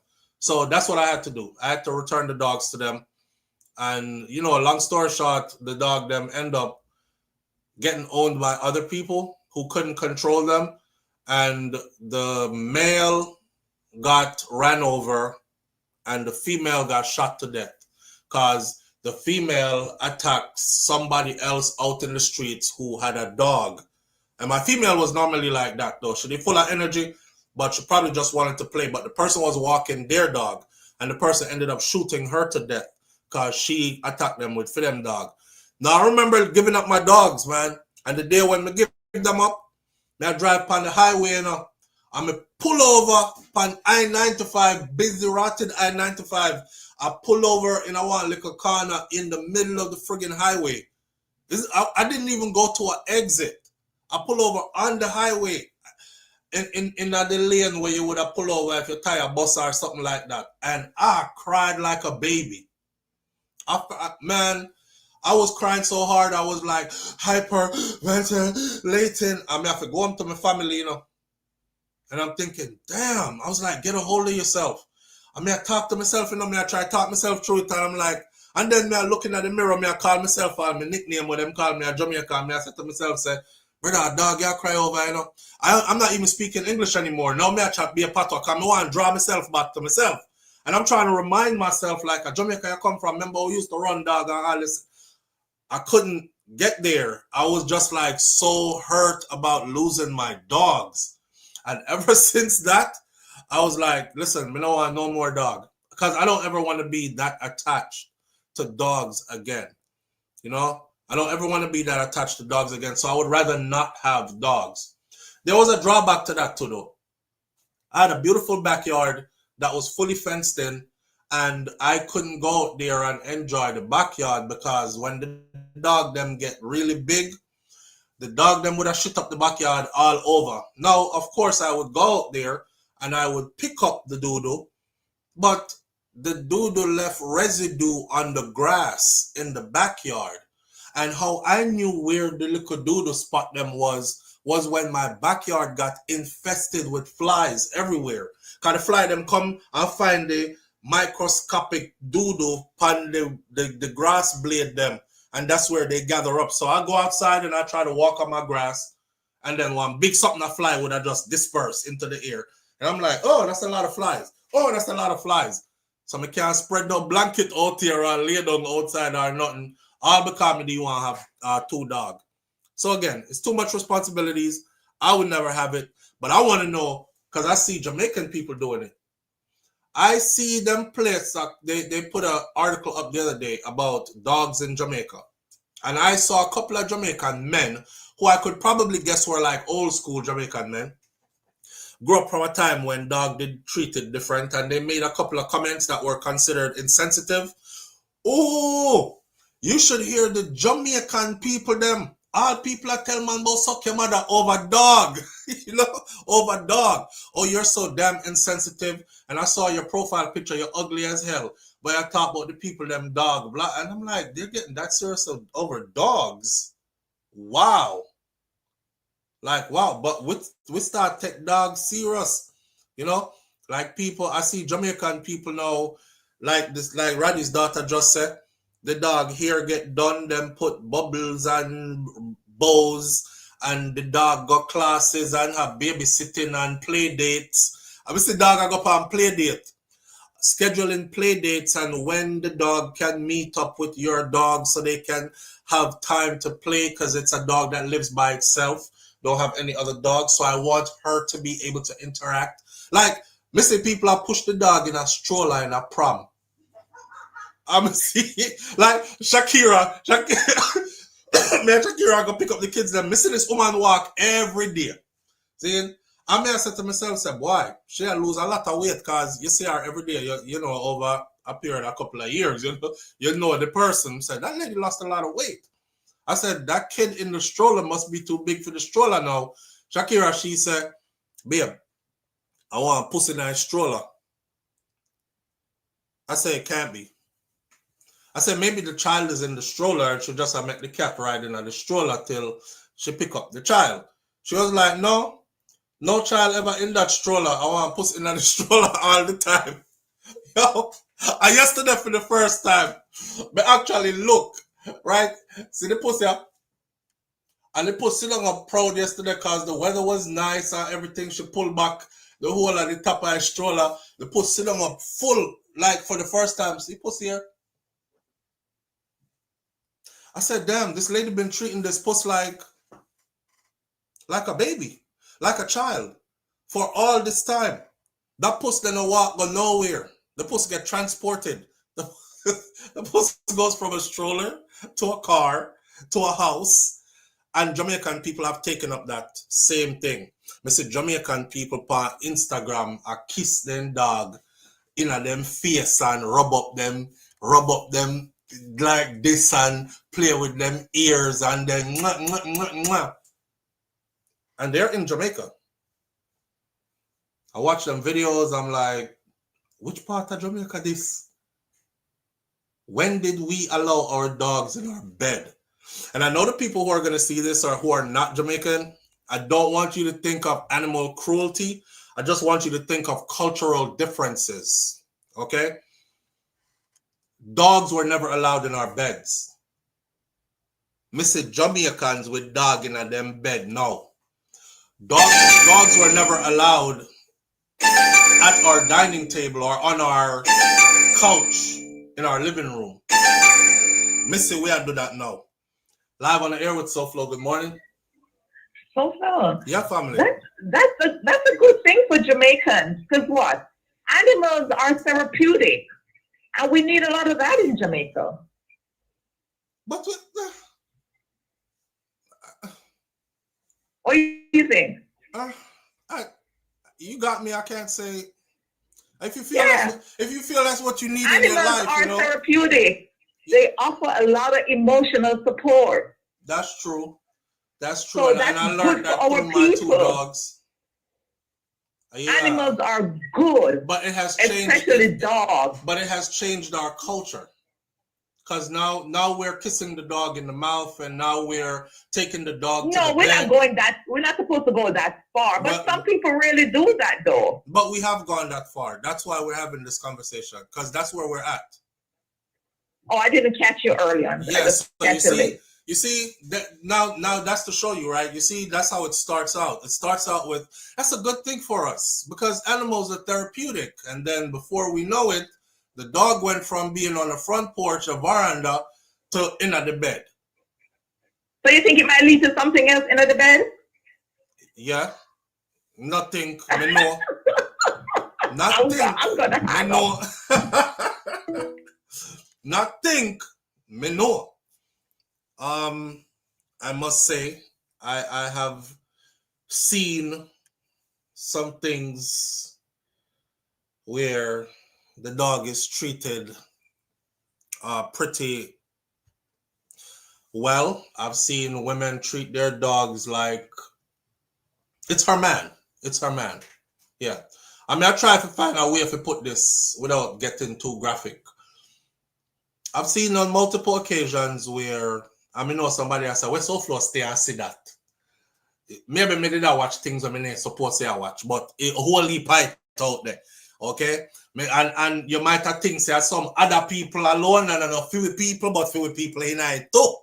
So I've seen where, yeah, she bathe the dog and, bathe herself and put on sexy lingerie and turn on music and spread rose petals and it's a romantic evening and set doggy bowl with Wayne at the doggy bowl, me no know, and in a fair cup of glass of wine and she did a wine up self to music and then when she ready she pat pum pum and dog come climb up on it. And you want to see the dog? You want to see the dog? The dog up there going like saying can't do something like she a whole dog and control dog. So from me see them sitting there, me say to myself, say anytime I see one woman with one dog with big like a me. Me a 6'5", 260. 270 right now, me need to lose some weight. Anytime I see one woman with one dog with big like me I say to myself first, say, you don't need no dog that big for no other reason. For you can't even manage one dog with that big, because dog bark and drag it so 2 times, you fly gone so. So if that the dog that decides to even say run where I go hurt somebody or run out in a traffic, you can't even stop it. What you are doing with that dog then? What you are doing with that dog then? Them like the big strong dog them. Anytime you see them little maga woman with one big strong dog, them something them a lot of the times is happening. It's happening. I was years old when I found out about this and I had to investigate. Like Ninja Man saying, I can't tell them about them things unless me go look and see for real for myself. Say them things is for real. So me look and see for myself and then me did look some more, but then me did start look more than me did supposed to look, I'll admit. So me see way more than I was supposed to see, but it's a regular thing will happen all the time. All the time. Yeah, S-Diva, dog a piper down. Yeah, and you know what? Crazy thing. You see one time, you see the 2 dog, them and the dog lock. And I don't know if you never see 2 dog join up yet. Me see dog join up a country already and we fling stone off of them because my grandmother them used to be like, move and go from around here with that nastiness. And we a little pick there and say, what the dog them do? Can you hear? I wanna try run the way there. I wanna try run the way yeah. Well, now that I'm an adult, I know say the dog lock. Them locking night. Can't come out until the male dog pop off. When the male dog pop off, then the tool go soft and then him slide out. But once him lock in and him in night, ladies, we don't have that feature. We slip out anyway, especially if we're tiny, right? But them lock in. If you see the big dog lock in a woman.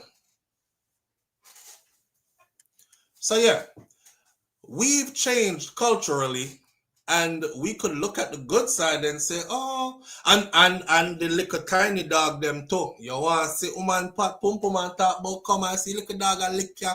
And she put on little treats that lead all the way up to the big treat. And the poor little dog did a lick till he reach up there. So people have them dog and do all kind of something with them. Yeah. So yeah, we've gone from the dog must stay outside to it's all right, man, make the dog sleep on the veranda, man. So it's modern times now, you know, the dog can definitely come lay down in the living room. God, it's raining outside, man. We love Fido. We don't want Fido get wet outside. So nobody not there but me and Fido. Make me safe. Can't try a thing. No, me just curious. People, and next thing you know, dog I get kissed in the mouth, dog in a bed, dog in a shower, dog in a... It's not a celebrity thing. It's regular people something. Regular people is doing it, and more regular people than you know. I guarantee you right now is 900 and odd people on here right now watching. At least 5 of in here have done it before or are doing it right now. Or have thought about doing it and you haven't just gotten up the courage to get there yet. But it's a regular thing, and not a celebrity something. So, when you see us loving the dogs and following other people's culture, there's a flip side to it. There's a flip side to it. We follow and follow and follow until we reach our one place where we have to look at ourselves and say, what the hell am I doing here? See, the old school us that never gonna happen because dog was never gonna make it in the house, period. Dog was never gonna make it in the house, period. But through the dog reaching at the house already now, right? Nobody not suspicious or nothing because it's normal to have the dog in the house anyways. Then the dog reaching at the bed. Nobody not suspicious or nothing because the dog is, mommy normally has the dog on the bed anyways.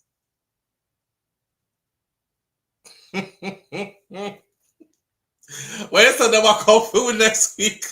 Next week with cutouts. Lord God. Wait. I saw my cousin on her YouTube channel eating ice cream and feeding her dog from the same spoon. My God. You see what I'm saying? Live on the air with SouFLo. Good morning. Good morning, Flo. How you doing? My day, my brother Walton. What, my day? I saw you were going off course because remember over here we don't judge. We don't also. Get about 5 somebody night maybe know about kissing up dogs. Yeah, we're not judging them there. I just I said they're here. I just not judging them. Yeah. That is between them and God. Me just I said they're here. No, but your audience, you know, they know that, especially in Jamaica, when somebody style as dog, I worse of worse. And the worse of worse. So some dog wouldn't even get a chance to go in a bed and all that wind up on you because you're a dog, you know. Yeah. Remember, I said we don't even say, yo, you smell like shit, you know. We say you smell like dog shit. So dog is a like specific type. Boy, it's in our culture now. We are dog lovers now. So just I said, everything will come with having dogs and loving dogs, cause you know how Americans love dogs. Yeah, we not just love the dog them now. We love them like how Americans love their dogs now. Like how Europeans love their dogs now. That's where we graduated to as a people. We have grown to see, you see a Rex and Yama shit. And you go to kiss up Rex? Yeah. Missy dog lick out them own catches after them do and everything. And Missy the owner them rub nose. No, Missy dog vomit and eat it. Missy dog vomit and eat it. I'll eat them one sitting. Just drop pop and eat them one puppies. Like, me never see them do that. Me see them lick off the puppy. But me did see them vomit and eat it back. Dog do that all the time too. Them vomit and eat back, them vomit. And that's why I always tell people, you know. Some people say dogs are man's best friend. No, I tight pum pum are my best friend. That's all I can do. Yeah, but the thing with the tight pum pum, bro, the person who carry it have to be your best friend too. That's the part. You see? But so, come to think of it, if you were going on a date, and when you're actually talking to the girl around a meal and she said she's a eunuch or she don't have no vagina, so you know you them just that's the last date with you and that person. Yeah, so many times people fall in love. I don't think they really mostly fall in love with the person. They just know that when they want that down there, it's always there. If the lady don't have it, I doubt they're gonna want to marry that person. Well, yeah, that's when you're marrying for the wrong reasons, though. Cause we're more mature now, so we know better, you know. But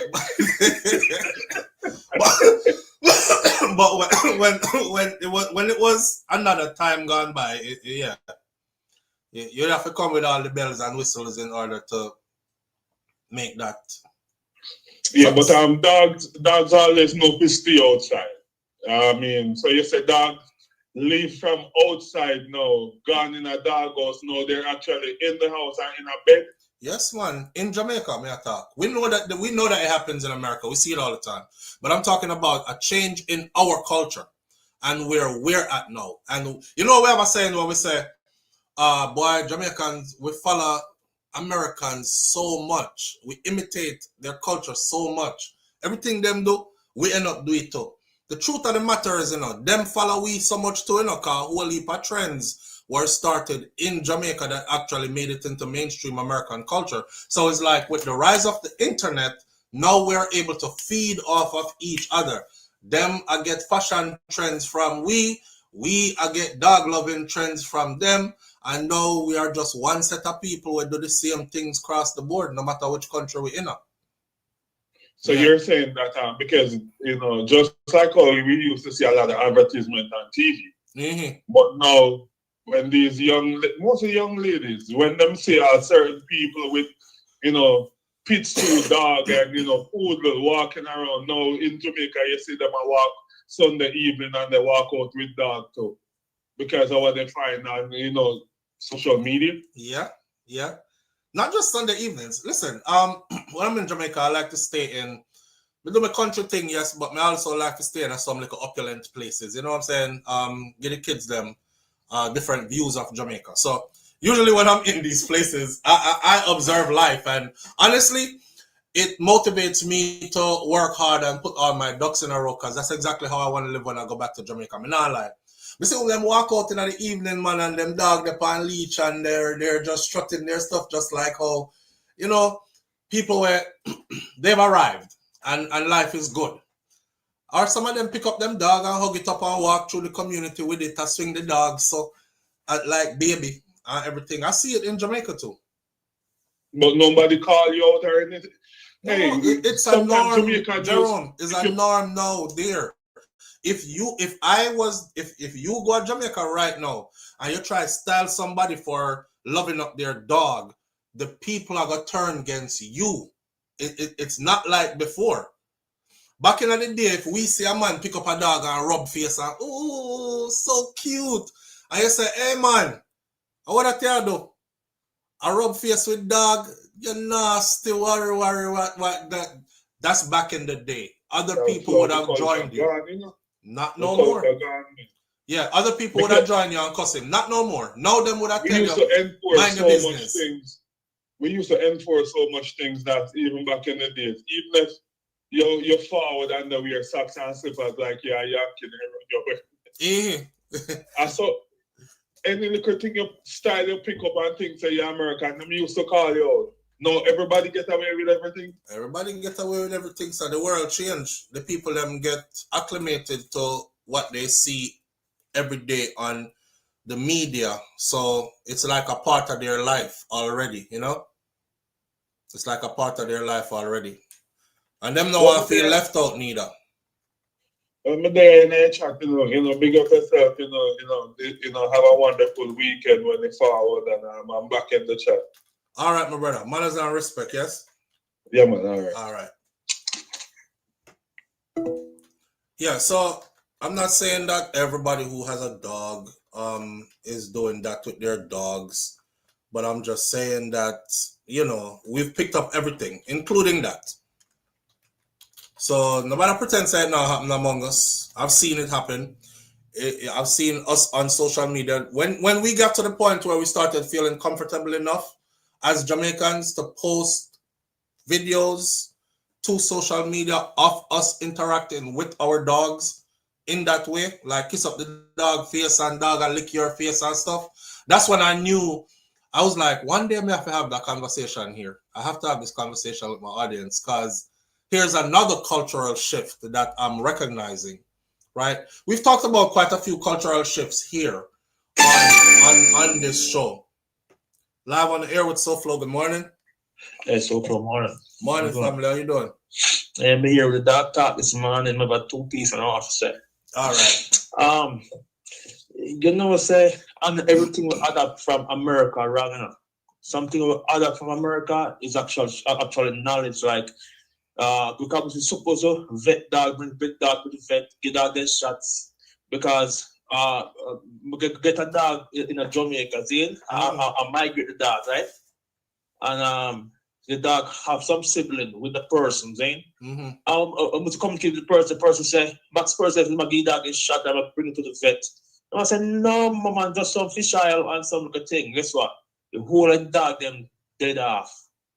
And one of them still alive. It's a German Shepherd. He's still alive, right? Migrating from Jamaica because my wife determines to get attached to the dog. So you brought your dog, you bring your dog go foreign from Jamaica? Yeah. Here I go on. I got Jamaica on her birthday. I'm some buyer gift from tell them my dog. But my thing says she must buy a gift, spend 2 months down there, or the month down there, enjoy the dog will come up. See? I'm going to go down to such a knowledge for dog party. Now, if I spend a whole money and go through this whole paperwork, you know what I mean? Wow. So what let me curious now. What did it entail for y'all to be able to bring the dog? Was it a strenuous process or not too much? Strenuous body out. Really? One time look up and say, you sure you want to go through all this? Because remember the different place in a Jamaica where we have to go, because you have a vivid place now, New Kings where we have to go and wait like appointment until they come in and then vet the dog and pass the dog, can go up on the plane, the cargo plane and fly. But me I say, yo, when we go through, I'm not trying to say if we worth it, but no, that's the dog overseas the house now. We get so attached to the dog, I say, yo, is a human being this? So you have the dog overseas now? Yeah. So after I go through all that to carry that the dog from Jamaica, I'm sure the dog they don't sleep out the door. Nah. See it there? But what, you know? Because we can't. I can't see it, you know, so it was like cool. So, you know, even we could, of the summer alone, go outside and stuff. You see me? But right now, I get attached to the dog know English. But I'm actually telling the dog what we know and do it. Because I talk to the dog and you know what me, for example, I cheer, I was going to cheer, see? Yeah. People come to my house and say, go on the chair right now. The dog walk out of all the places in the house and go on the chair and sit down. We talk to him like a human being. You know what I mean? So me learn, I'm not ignorant to you know. I'm Jamaican, so I look to people in the dog certain way. Until I buy my wife a dog, realize the dog actually smart. They can really learn English. They don't know say A and B and C, you know, but the sound, they know the sound. So it's like the AI of the house, God said, turn the light on, Alexa.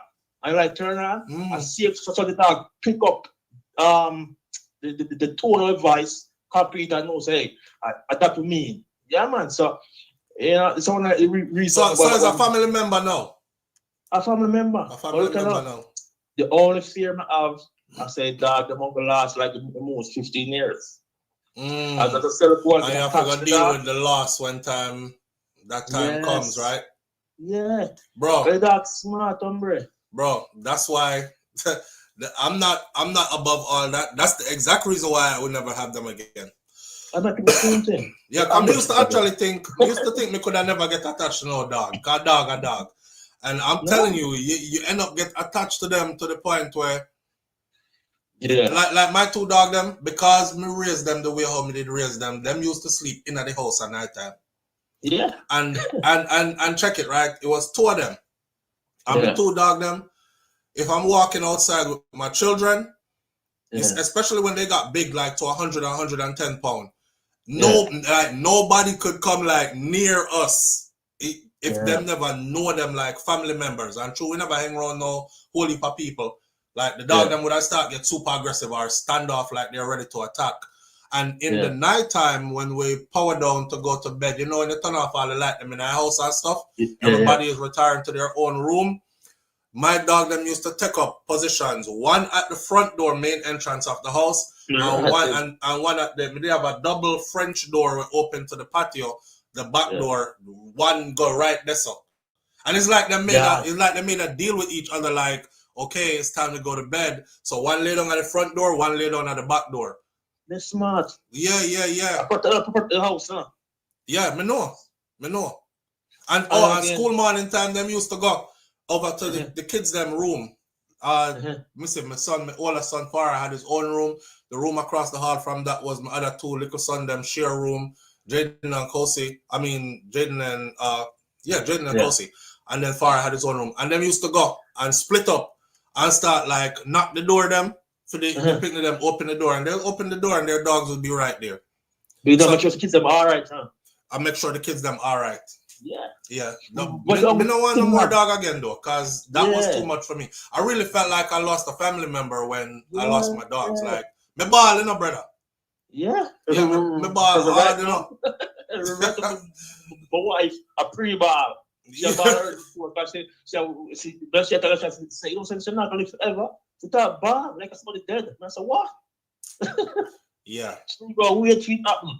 Yeah. But look at some things we get learn from America. It's not all bad, because that's true. The Bible, the Bible said we have dominion over the animal and thing, but also means we could take care of them, you know. You know what I mean? Said because we rule them, treat them bad, because the Bible said them blow the same air what we blow, so that are feeling stuff.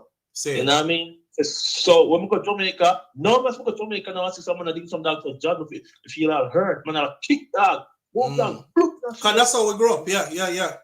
I'm not too harsh for them, because I'm not one of them people who abuse them not like. But you know different now.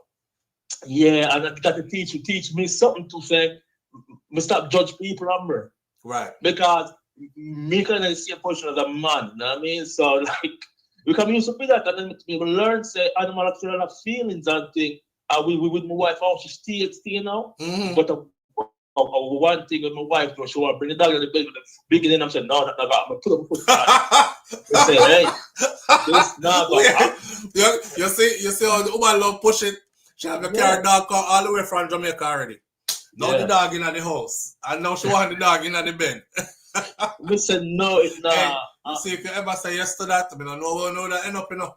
No, I can't, man. There's certain thing with me. Certain thing can understand. No, say, okay, the dog, you know, you can rub on the dog. I mean, you treat him good, but they have a dog with all of these. I'm not saying I have sickness now, a saliva and germs, you know. Yeah. But it's like a dog hungry. They must depend two level. Me depend top of you, but the fact I'll make it out know say you are the alpha. You know what I mean? You can't do you the either. So I know just about the nastiness and so about teaching dogs say you wanna belong on my bed. You know what I mean? Yeah. True. Yeah, my foot party, she wanna come on the bed, you know. I mean, can't do harsh on her because the look at things different, you know what I mean? Seeing. But all right, my brother. That me want calling us, man. Yeah, thanks for sharing that, and it actually fit right in because you are Jamaican 100%, and you know actually are one of them group of people that when we talk about the cultural shift. Your wife Jamaican? Huh? Is your wife Jamaican? Yeah, I mean it's like you what you believe earlier. She born in Jamaica, but she live as a baby, so she actually just earlier than you. But you know what I mean? Yeah, so yeah. Boy. But you don't know the culture, so also you don't know it like it was cool for a long period of time and I left. No. But she don't know what she meet me. Even before me, because she's from Jamaica, she gets to go back to Jamaica, but she still don't know it like the hardcore Jamaican them, you know what I mean? Okay. Yeah. Because she didn't left too young. Yeah. So guess what? She don't know about fling big stone off a dog and all them something there. She grew up in a culture that she loved the dogs ever since she was little. Yeah, like see an environment around a loving dog, you know what I mean? Yeah. But it's like to tell us she love Jamaican Jamaica like you know. Saying you love Jamaica, hombre. Then no must man who love Jamaica. You know that I know if because she lived in America so long, she thinks Jamaica are paradise. But me see the Jamaica different now way because we live here for a while, isn't it? So me see the bad part right where the struggle, the healthcare system, come have friends who sick and go hospital and dead on floor. Some see the third world aspect of it, but also see the beauty of it. I'm going to go beach, the food and stuff. So I have a different outlook. You know, because I tell myself, when I go on vacation, that's a different Jamaica. You know, rent a vehicle, we still take our family. You know what I mean? But when I leave at Jamaica for work in Jamaica, two different place. You know what I mean? So, So I can't go back to Jamaica, watch. Listen. You will see. You will see, watch. Big up yourself. All right, man, is here? All yeah, right. take care. You too, brother. All right, so we have two topics to cover. We actually have three, but we're pressed with time. Every time we do a topic, and I think the topic is going to be, we can do 10 minutes on this and move on. It always turns out to be 20 minutes, 30 minutes on this before we can move on. We're going to slip topic right now and segue into something else, right? But I will say this in closing out the dog lovers segment. As Jamaicans, we have changed. Crystal G says, my dogs were my spirit guide, and they protected me from a baby. They protected me from a baby. They slept at the foot of the bed, but had to sleep outside on the veranda at night. Yeah. So yeah, you can develop that kind of a feeling for dogs. Like you will fall in love with your dog. Not romantically, I'm talking in a way, well, some people do that now, we know, who didn't know before, but in a way where you can become attached to the dog, to feel like when you lose them, you actually feel like you lose one real family member, my friend. Yeah, dogs, I would say if you're not, you have to be careful what breed of dog you get also, because that breed of dog has to match your lifestyle. You know what I mean? Some people are never home. You don't need one dog that needs to be outside a lot. Some people are not super physical. You don't need a dog that requires super physicality and outdoorsy type of dog. You have to tailor the dog to yourself. At the end of the day, though, there's a cultural shift that happened with us as Jamaican people, or Caribbean people on a whole. But Jamaican now speaker specifically, because I've been observing, and we've become like Americans are. We kiss with dog in them mouth now, put them in the bed with us, do all kind of sitting with them same way. And I just want that to be recognized that it's happened and is happening. And that's where we're at with that. I'm not bashing you. I'm not talking against it. I'm just outlining that there has been a definite cultural shift from a time gone by when I was growing up to where we're at now. Moving right along. So, Hurricane Melissa, when Hurricane Melissa battered Western Jamaica, it not only destroyed infrastructure and washed away crops, but it also put a damper on the island's underground lottery scamming network. The scammer them there, but them can't make them good money again. So as floodwaters churned, the scammers say that millions of dollars were hidden in their yards, in makeshift pits that they had dug and created throughout their properties, where they were either washed away or they were swallowed up by mud. One scammer said that many suffered significant losses. Him said a lot of the dog them got through it, you know. Them have to look them food a different way, you understand? Because I know people who lose food like that because of where them live. Them so mash up bad. Some money wash away or blow away, can't mash up too. And up until now, them not find back nothing. He added that the widespread blackout meant that many have possibly missed out on millions of dollars also within the time that they lost contact with the rest of the world, because you can't chop a line again because you don't have no connection. So you couldn't. Hello? Yes, this is James Stewart calling from Publishers Clearinghouse. May I speak to Mr. Renata Anderson, please? Hi, Mr. Renata Anderson. Yeah, that you couldn't do that again because you never have no connection for nowhere. Him say, can't give a figure or amount because of how the game work, you know, because you never know what tomorrow can bring. Today, you get up, nothing. Tomorrow, you have millions. I just saw the scamming thing work. I just saw it go. He said, enough youth miss out on them days still because them can't really push out a certain way. And then, you know, I know everybody have the money for the Starlink thing set up. All right, now you just need a Starlink pop and then you start chop again, right?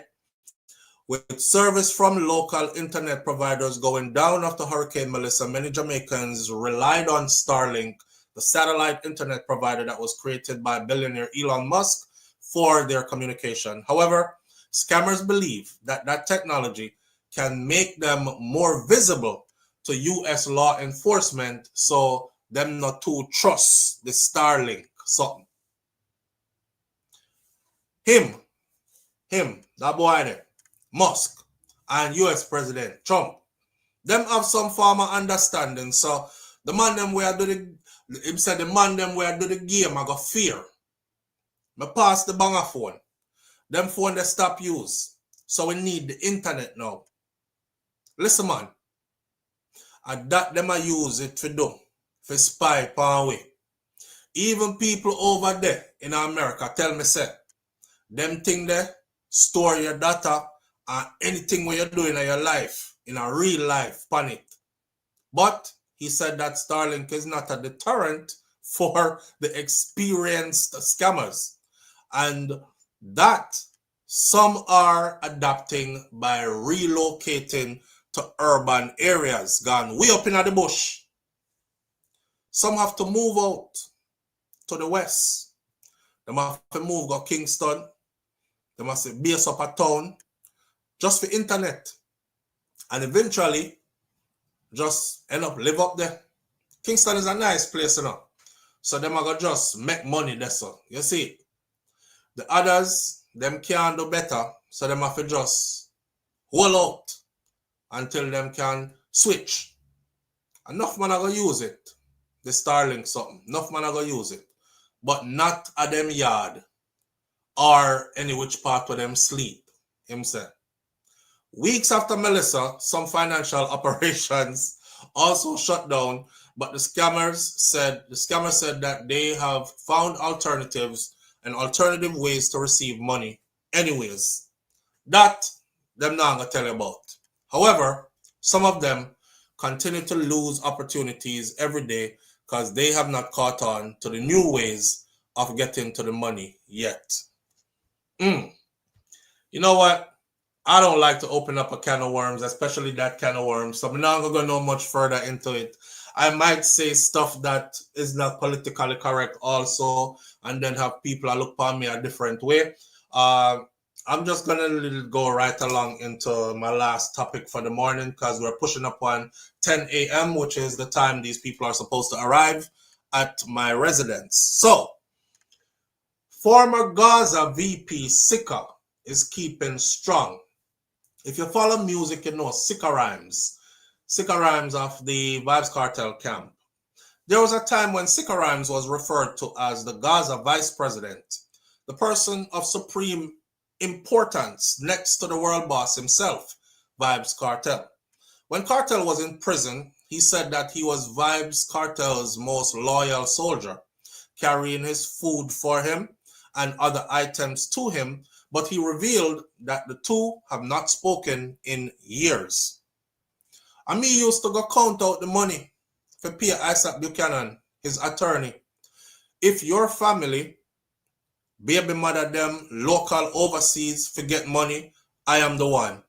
Me used to go check Shorty, Kartel's longtime spouse, for the money to deal with things. In the Gaza camp, it's all about proving loyalty. I don't know what caused the rift, he said. The artist's journey has seen him being allegedly constantly harassed by police for being involved with Vybz Kartel and his Gaza movement. Then he was shot up in Jamaica in 2019, almost died. Then he left Jamaica and his beloved family, and he ended up in the UK, where he ended up going to prison. He has been off the scene for a while, and he has remained silent. During the interview, he spoke in depth about the Gaza era, the death of his beloved mother, who always used his own Stay Strong single to encourage him during his darkest days, and how he is paying tribute to her. But he didn't talk much about his 15 months that he spent locked up in a UK facility, HM Prison in Wandsworth and HM Prison in Hunter Combe. I used to live in Wandsworth. I used to actually work in Wandsworth. He was released on July 10th of 2024, 3 weeks before his mentor, Vybz Kartel, walked free from the Tower Street Adult Correctional Center after serving more than 13 years in prison. When Sikka Rymes did their prison, I was talking to Sikka before him go to prison. And then I realized it's like the communication dropped. So I was wondering what happened. And then somebody said, SouFLo, you know, say Sikka lock up. Can beat up him girl or something like that. And you can't do them something there in England because them you are going to prison. I was like, I lie you tell. Them said, no man, that's true. You will soon hear about it. But the person was telling me was somebody who was behind the scenes as well. So the person was like, you will soon hear about it because it don't make mainstream yet. And sure enough, about a week or two after that person said it, that was the story that broke. I don't know if it's true that he did beat that female or not, or if that was his charge, domestic violence, why he got in the jam he was in. But I was told by somebody that that's what it was. And that's the same person who told me he was locked up before it made to the mainstream that he was incarcerated. No worry, my G, I'm not calling him. You're good somebody same way. And that wasn't nothing any big anyways. Anyway, he did his time. Remember, I know Vybz Kartel was supposed to do 38 years before he even got eligible for parole. So nobody could have guessed that Sikka would have done 15 months and would have been released 3 weeks right before Kartel was released for beating that case there. So, but we knew he was fighting for his freedom, but with us, you couldn't have predicted it would have went that way. So he was released July 10th of 2024. This was 3 weeks before his mentor, Vybz Kartel, walked out of prison in Jamaica while he walked out of prison in the UK. Right then, I said, yo, if them not deport Sikka, I did a video on here talking about him being locked up. Because when I first saw him with the girl who he was with, his wife, I said, yo, me love see ghetto youth elevate and good things start happening for them. You know, I saw a lot of luxury around him. And you know how your perception is reality? So you can watch somebody on social media and you would swear to them are the richest person in the world. They travel everywhere. They're on the go, jet setting and all that. And that's what the vibe was giving off. So I was like, yo, y'all live good life. I love that for you. You know, big up yourself and everything like that. And he was like, yeah, man, me have a good queen in my life and all these other things. Next thing me know, I flip the script. The same girl me hear her, I say, on video, I saw her saying, Sikka Rymes is a fraud, okay? And him just use Vybz Kartel name and the Gaza name, forget these girls and forget people for like him and whatever. But he has nothing for himself. And I'm going to expose him. When she said I'm going to write a book, that's where I was like, okay. And shortly after, and this is while he was in prison. This is while he was in prison. So shortly after that, of course, me not hear from her or see her again. And, you know, Kartel's fate took a turn for the better. He got released. Sikka is out. And I started saying, damn, they didn't deport Sikka Rymes. Because, you know, in America right now, under Trump, if you beat your woman and you're going to do 15 months in a prison, when you come out, you know for sure say you're going to Jamaica. If you're not going to Jamaica, you're going to Eswatini or somewhere else. But you're not staying here. It's a violent crime. It's a crime that you committed against another human being causing bodily harm. So you're definitely getting deported. Them never deport him from the UK. I said, that's cool, because if they didn't deport him from the UK, he would become Kartel's inner link to the UK since him reach ahead of Kartel and establishing himself there. So things are going to work out so that Kartel out of prison now him just have to make him way to the UK, whether it's true marrying to them or in papers work out to where him reach without having to marry to them or whatever. But they are plan positive things in my mind, you know, and give it a positive outlook. Big things are going to go on for them. I had no idea that they weren't even speaking. But I kind of realized when they went over there, when Kartel finally made it to the UK, and them never link. And I was like, wow, He was the Gaza VP. And you never link him when you reach at the UK, something off. Something off. Anyway, Sikka said he will do another interview about the time he spent in prison in the UK and what going on in there and all these things. But on that thing I'm going to do now, he will do that at a later date. And he will give an exclusive interview to the Jamaica star when him do that. But the DJ, who now goes just by the name Sikka, is still full of rhymes and vibes. He's the charming girls man who has no reason to push violence because him smile too pretty. But ever since his I Know track dropped on December 1st, exactly 6 years after he was shot following a performance, fans are wondering why he has broken his silence. Sikka quickly dismissed the single's diss track label. Because everybody has said, this you want, this Kartel, after all him do for you, and Sikka said, it's not a diss. He insists that he's fearlessly speaking his truth. And he's clearing the air, and he is dispelling rumors. This is the rumor that I didn't want to talk about because I didn't know. And it was a rumor that, so now that it's here, I can talk about it. Because I put it in a public space now. What I was hearing behind the scenes is that while Shawn Storm was locked up, him have a cat, a woman him a deal with, Zane. And this is your family member, your friend, your brother, your brethren. Somebody will look out for you while he's your link to the outside world while you're doing your time inside. Somebody you obviously depend on a lot and trust. I was told that he made a pass at Shawn Storm's woman. And he tried to get her to cover it up by saying, no, them not, me and you can go on with something, man. Them not have to know.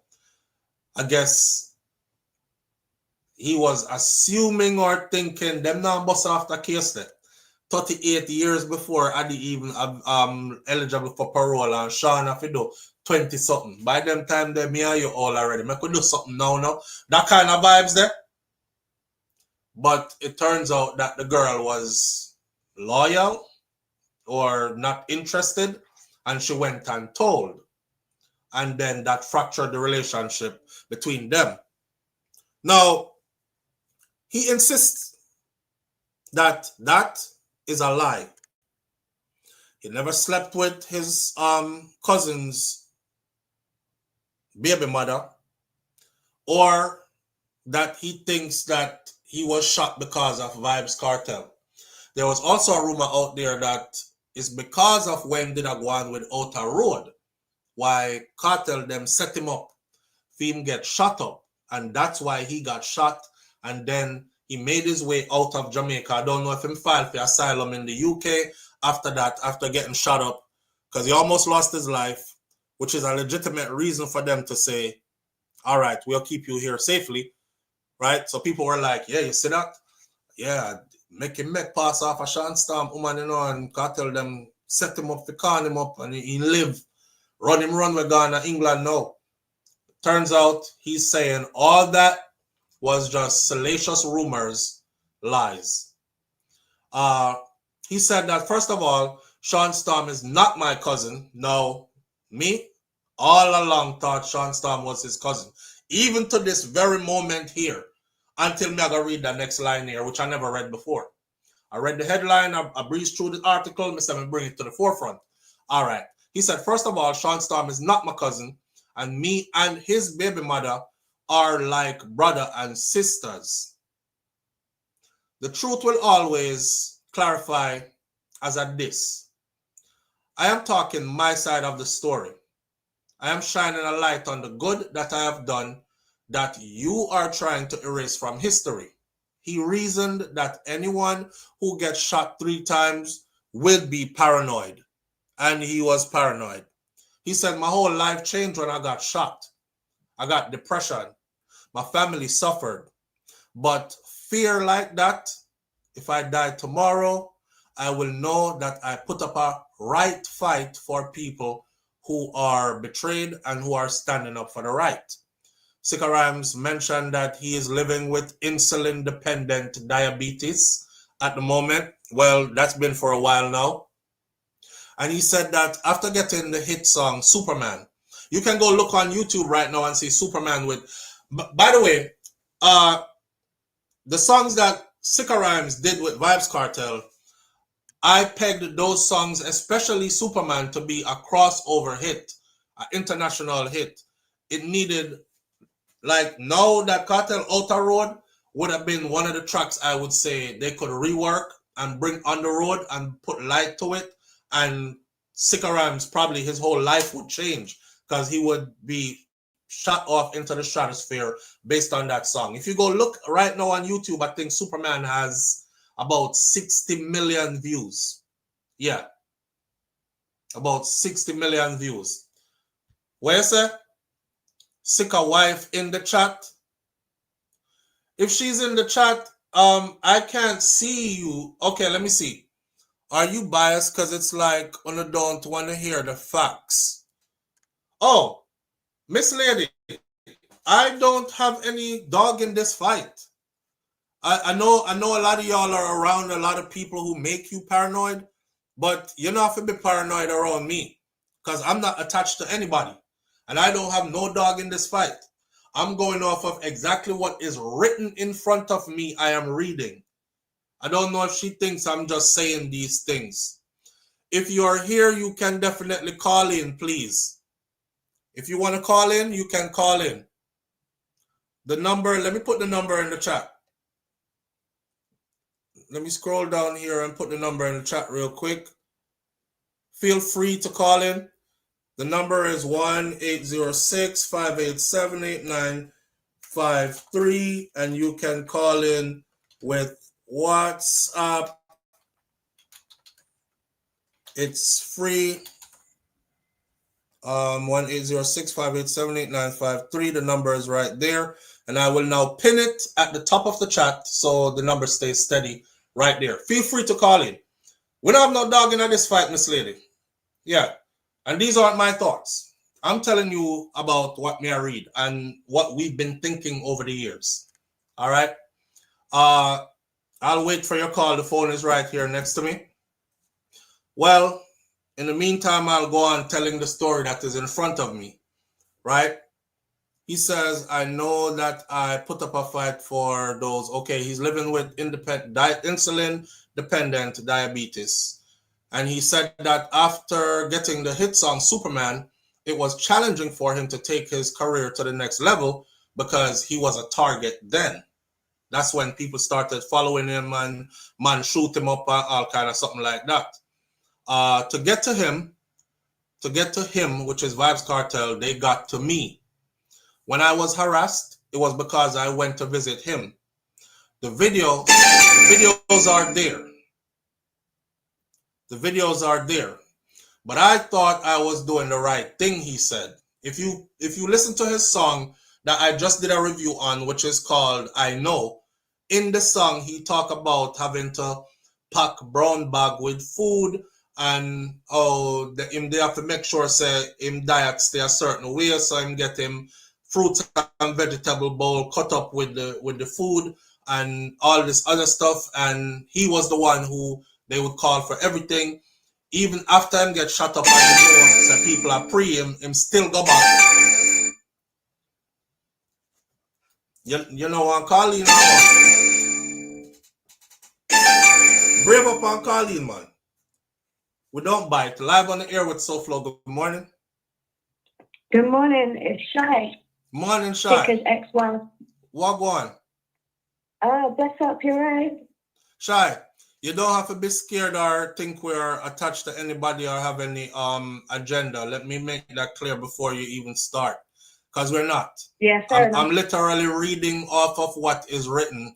Sikka just did an interview with the Jamaica Star. It is published, and he also recently did a song and video called I Know, which I just did a review on. So we're going off of those information. Understand, yeah. The only reason why I said that, I didn't mean you any disrespect, but just because years ago when this all first happened with the abuse with me, And when he went to prison, as you just mentioned, I did do a number of social media posts, and I tagged the Jamaican bloggers because it wasn't fair, the things they were saying. And I tagged them to say the truth. And no one picked up on it apart from King Mix-Up. You didn't pick up on it. All his friends didn't pick up on it. So that's why I said, oh, maybe there's some kind of bias. That's crazy because I wasn't seeing it. I wasn't seeing it. I was even wondering where you're at. Even if you listen to the video, if you listen to the review, my review of his I Know, which was done a couple of days ago, you will hear me say it in there that you disappeared and I don't even know where you're at. Yeah, I'm here. Everybody knows in London where I am. Yeah, I didn't know where you're at. You know, London is a far place, far away from here. So yeah, fair enough. Yeah, and well, I mean, you could have reached out. Our number had been the same for years. I didn't know there was a number. Honestly, I just seen on YouTube, and I did put some comments on your YouTube, and someone said, "Oh, just delete them," you know, because it's like old news now. So I deleted them, but really and truly, it's not old news. I'm still going through stuff with this guy. You're still going through stuff with him? I'm divorced from him. Yeah, I'm divorced from Sikka, right? That's why he claims asylum. Because he had a spouse visa. I'm the one that brought him to the UK on a spouse visa, right? I had genuine intentions from this man. Everybody who's not blind can see. I paid for his visa. I put him up in my mansion. I built a studio in my house for the guy. I flew him around the world to Brazil, DR, Bahamas. That's what I was seeing, and I was saying he's living luxury life because I spoke to him. Yeah, that was thanks. Yes. That was thanks to me. I bought him a brand new Benz in Jamaica. He still got it. Right. And he posted it saying thanks to Kartel at the time, even though I'm the one that bought it. I never said nothing because I didn't want my man to look small. I wanted to lift him up and make him look like somebody. I paid for all his music videos. I even filmed half of them. I did so much genuine stuff from the guy. And I know people think it's just chat online, but I went through a lot in my own house that I paid the bills for with this guy. As soon as I brought him to London, the man started becoming wicked and evil and violent. And it's because I wouldn't let... Like violent towards you? Violent towards me, yeah. I've got his child. He beat me while I was pregnant, SouFLo. Do you know how kind of sick you got to beat a woman with big belly just because she's not giving you more money, more money, more money? So I used to give him money every time I get paid or whatever. Even when he landed, as soon as he landed, I put $2,000 in his hand, said, you hold that so you don't have to ask me for no money if you want to buy food or something. That was just a little something. This man, I've got all the receipts I can send you. I used to send this man thousands weekly. He had $100,000 in his bank account because of me. Everything, all because of me. The guy had nothing when I met him. He couldn't even pay his light bill. I put AC in his house in Jamaica. I bought his mum new cooker, new fridge, AC. I fixed their roof that was leaking. I bought him a house. I flew his mum and sister out to Bahamas for the first time they ever seen foreign before she died, God rest her soul. I flew out his friends 3 minutes before he died and one on to DR. I put money in his friends' pockets to make him look good. I used to say to Sikka, here, give that to your friends. I don't want them to badmine you. Wow. I used to make him look good. Because I wanted him to... you know, when you love someone, you just want... And that was just because you were in love with him, you did all that? Yeah, because he was, in my head, he was my husband. Remember, we got married, but I didn't know that he had a whole baby mother and a whole double life. I didn't know that because his family were all in on the scam with him. So when I'm FaceTiming him every night, all night, because I'm not a dickhead, SouFLo, yeah? But how he pulled the wool over my eyes is because he had all his family in on the scam with him. So when I'm phoning him at home and we're talking, he's got his baby mother in the other room hiding and all his family, and they all know about it. They were all in on it, including his baby mother.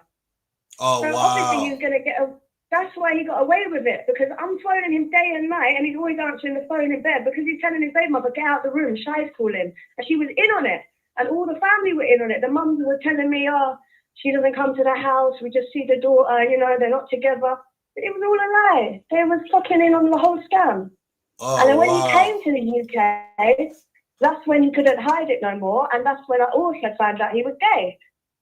I didn't know that. Whoa, say what now? Wait. That's when you also find out what? I found out that he liked men. because he was asking me to bring men in the house and I refused. And that's when the violence got really bad, because I was refusing his dirty ways, because I'm not about that life. And because of that, wait. I can't just let that one slide off. Like, what do you mean, like asking you to bring men in the house? You mean like? Yeah, asking me to bring man in the house. He would order delivery. There's a service out here, right, where you can order food. It's like a food company, and you can just order from any restaurant, and they send these drivers. And he used to tell me, like, dress up, wear sexy things, bring the driver in the house. He was on his Diddy shit, fam. And when I said, no, I'm not on that, I don't feel comfortable with that. I don't understand. You're my husband. Why would you want man in the house? Anyway, the man was, I can't even start going into all of that because that's a whole other thing. But these are the things that cause the violence. I never once gave the man attitude. I never once disrespected the man. The violence, because I heard so many stories back then about, oh, she must be doing this, that's why he's gone violent, you know, she's probably pushing the man's limits. No, none of that. I was like eggshells in my own house because the man was crazy. So I was extra careful how I would talk to him. He's not all there in the head. I know you might like his music. I was once, you know, that person too. And he seems charming and singing. You think, nah, I could never. But I swear to God, God is my witness, strike me down if I'm lying. This man is gay. This man has got fighting some serious battles, and he takes it out on women. And unfortunately, I was the one in the firing line. And I never called police on this guy. Let me tell you how many chances I gave this man. And then eventually, it was because he put my life in danger and put my son's life in danger. He wouldn't come out my house. And when my son was born, I thought, oh, maybe he'll get better now. Maybe he'll see the baby and he'll stop being violent and calm down. But no, he got worse. It took less than a week of me being home to him beating me in front of my child. And then I had to run out of my house barefoot with a newborn child in the middle of winter in London, freezing cold. He refused to come out of my house. I said to him, I'll rent you another place. Please, I just don't want to be with you. Go and be, like, I'll rent you another place. I'll stay married to you so you can keep your visa. I'll help you bring your family over. I'll do all of that. Man wasn't interested because he had a plan to take all my money from me and then bring his family over. Like, it was never enough for him. So after that, when I left the house after he was violent, the police came and took my keys and they went in my house and he was waiting behind my front door with a machete, waiting for me and my newborn son. And that's what sent him to prison eventually. Get the fuck? What? There's so much stuff to unpack. That's why I said this whole movie. If you think when I said I need to write a book, it's not for no hype thing. It's literally to warn people of what I went through with this guy and still going through. So listen to this now, SouFLo. We divorced, yeah, officially, legally, 2023, right? This guy has got an active case right now. He called police on me, called divorce fraud, and he's trying to stay married to me. I've got paperwork right now where the divorce courts, the fraud department are telling me, oh, it was a fraud divorce and I have to, you know, he's trying to stay married to me. He's also got another case against me. He's got so many cases against me. He's a little fucking snitch. Yeah, you don't know the half of it. I don't. You don't see this guy. I'm not surprised. When I heard this song he released about Kartel, I'm not fucking surprised. He's a big snitch. Been snitching on me for years. And he tried to say, I saved my son's life. If I have to call police to get you out of my fucking house because you won't leave and you're waiting for us with a machete, yes, I'm going to call police. Get out of my fucking house. So is that son but for you and him? Yeah. So he's the dad? Yeah, unfortunately. But he's no parental responsibility. He's not allowed to see my child. We've got a restraining order against him. He hasn't seen my son since he was 2 months old. My son's 3 this month. He's not allowed to come near me or my son. And that's why he's trying to stay in the country by claiming asylum. He's trying to use me. He can't use me. He can't use the son because he's not allowed near us. He's got cases against me right now, about 3 cases with the police. He got me arrested 3 times. Once when I was pregnant, twice when I had my child. When my child was 2.5, 3 months old, he sent police to my house, got me arrested, and left my child with strangers. What you get you okay? So what do you get you arrested for? Because the police don't just come and arrest you because somebody said something. The first time he said I hacked his social media. So that's a criminal offence in the UK. You can get. The second time was because he said that I accessed his Jamaican bank accounts. So that was the second time. Yeah, and the third time was devices as well. They took all my devices. I got all the paperwork. But you never end up doing like time behind any of those. No. Just they arrested you and kept you 24 hours in the police cell behind bars, but not prison. Because they have to investigate, you know? Yeah.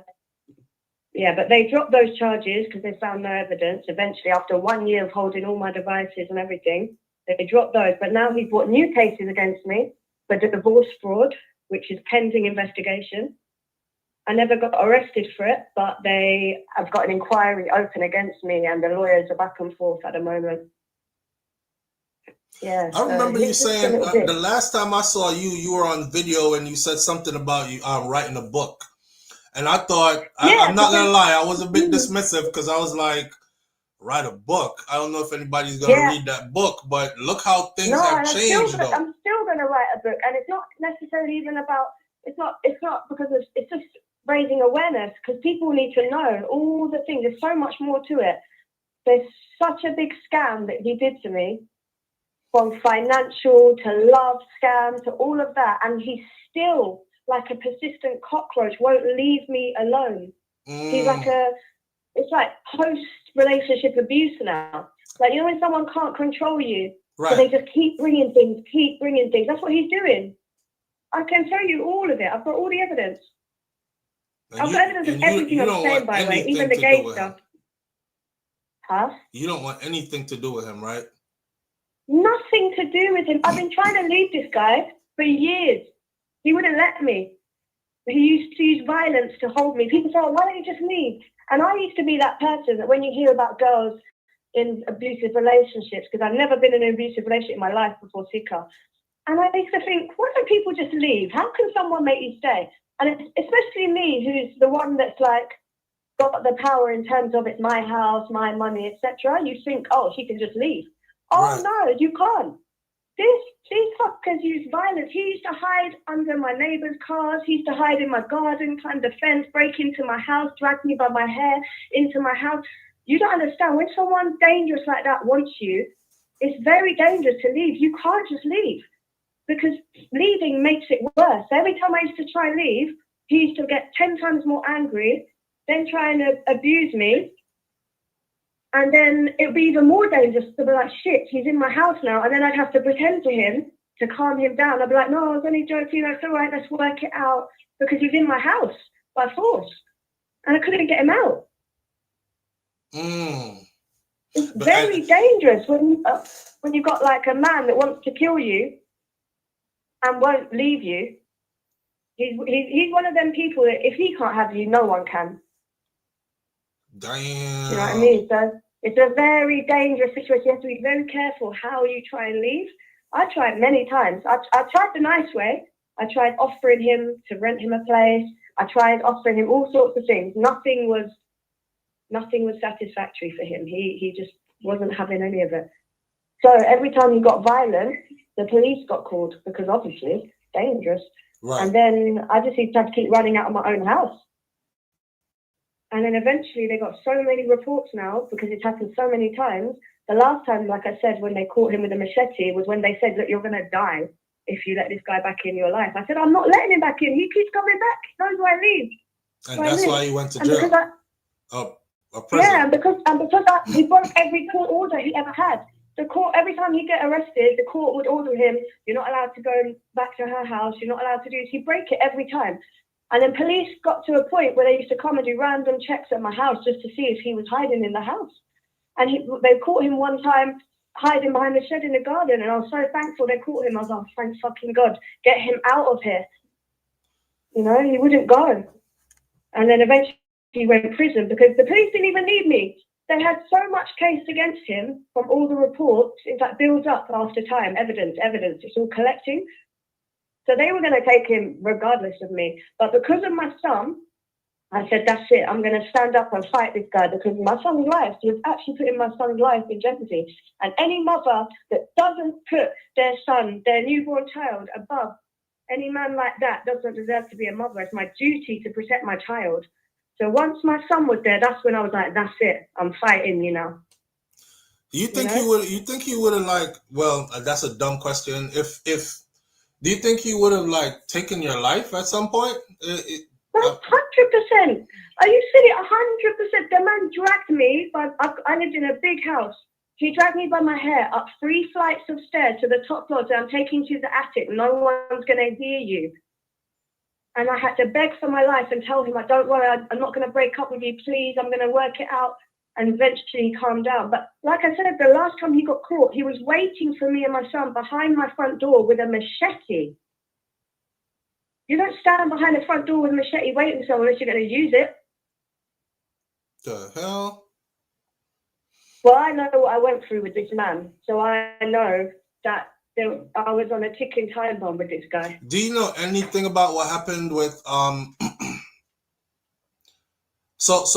what happened with him and Kartel? Them why they don't talk anymore has nothing to do with you, right?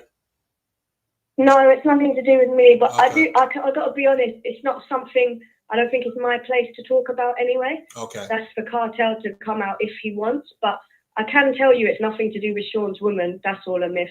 Even if that story is true, it's not because of that. Okay. It's to do with, but it is to do with Sikka's actions. And I know not everyone thinks is Kartel's biggest fan, and he might not be the biggest angel. However, what I can tell you is I was around him for 5 years, and the time I was around Kartel, remember, he's given Sikka how many hit songs? All of Sikka's biggest songs have been because of Kartel giving him those songs. Right, absolutely. And I think he has the most songs with Kartel. We wouldn't even be talking about Sikka right now. No one would know who he was. And every time, see Sikka crying in a song about dropping food, dropping things back and forth. That's all he ever did. And for that, he used to get paid. Yeah, he wasn't on a payroll, but every time Kartel said, collect this money from a producer or drop this, he always made Sikka hold a change. See. Before Sikka met me, he was living off the change Kartel was giving him. So I think Sikka's very ungrateful. And obviously he is ungrateful. I know that from my own experience of everything I did. But he's just not happy because he was expecting something in return much bigger for that. So he thought by being, you know, Kartel's little bitch, that eventually Kartel would come out and give him all the fruits of his labor. But it didn't work that way because of other reasons. But he got more than enough pay for what he did do. It's just never enough with Sikka. That's all it is. Kartel, really, truly, Sikka should be thanking Kartel for the opportunities he had, for the money he got, and that's it. He shouldn't be crying about nothing. But these people are too entitled. He's too entitled. Like, it's Kartel's the famous one. Kartel's the one that built his legacy. Sikka got nothing to do with that. And Kartel cut off Sikka years before he come out. Because the whole time Sikka was in UK, living in my house in 2022, he never had one conversation with Kartel. Kartel cut him off end of 2021. Just soon after we got married. Yeah. Kartel cut him off end of 2021, soon after we got married. By the time he was in UK 2022, he's been fully cut off. If Kartel was using him, like he likes to say, he would have waited until he got out of prison. Right. Because there was no guarantee Kartel was coming out of prison. Right. So he didn't know, but he cut out Sikka, but way before. So you know it's nothing to do with that. Sikka's just twisting the story. Same way he likes to twist the story that I'm some bitter baby mum. It's nonsense. He's just twisting bullshit. Because that's where the understanding I'm left with is that he cut him off like right before they came out, or like since they got. If you listen to the song, it pretty much says they used him while they were in there, and once they got out, they cut contact. So that's exactly that's the narrative he's trying to paint, but that's not the truth. He knows he got cut off end of 2021, going into 2022. So that was a whole year and a half before Kartel come out. Do you think he knows why he got cut off? He fucking knows, little shit. He knows. Because this article that I'm reading, that he just did the interview, it says in there that he has no idea. Of course he doesn't. Yeah. Of course he doesn't. Yeah. He just, you know, at the end of the day, he's just taking this opportunity. Once he's realised that he's definitely fully cut off now, he's just using this opportunity to get his little hype, get some music out there, get spoken about. He's just trying a thing because he's got no choice. He's desperate. His two people that used to mind him, me and Kartel, have been cut off. He's lost his two supplies of income. Sikka has no income. Sikka has no way of making money. He doesn't want to work. He's got nothing. He's desperate. He's in the UK, living in a fucking ghetto. So, that's what I was going to ask. Trying to get money off me still. He's got nothing. So at the end of the day, this is just a cry for desperation to try and do something with his dead career. But okay, so one more thing. Given his situation, like you're the one that fought for him to get to the UK, right? Yeah. Okay. Yeah. Now that the relationship has gone sour and there was violence involved, what happens now? Like, are they gonna like give him a stay, but just make sure? No. So basically, well, let's see. So basically, when we divorced and when Sikka finished his prison sentence in the UK, once you get sentenced over 2 years, you're automatically deported. Right. So he didn't have no papers because obviously his spouse visa is no longer valid. And they had his deportation order set for him because I spoke to my MP. I'm in touch with government and I know everything. And I also got a witness care team. But they had the papers to deport him. And then in the UK, because you've got human rights, you can claim asylum. Anyone can claim asylum. Anybody, yeah? Right. So when you claim asylum, whether they're going to give it to you or not, they have to follow the procedure of that claim. They have to look into every single claim. Right. So when they went to deport him from prison, he claimed asylum straight away. So that delayed his deportation. And because asylum, the process takes years. It's not like an overnight thing. Right. Because they've got so much backlog in the UK. So what they're doing now is they're processing Sikka's application. So we don't know if he's going to get it or not. I can't say for sure, you know. Okay. I think it's very unlikely they will give it to him. Yeah. Because there's lots of factors against it. But let's see, isn't it? Stranger things have happened. Anything's possible at the end of the day. So right now, he's an asylum seeker waiting for his decision.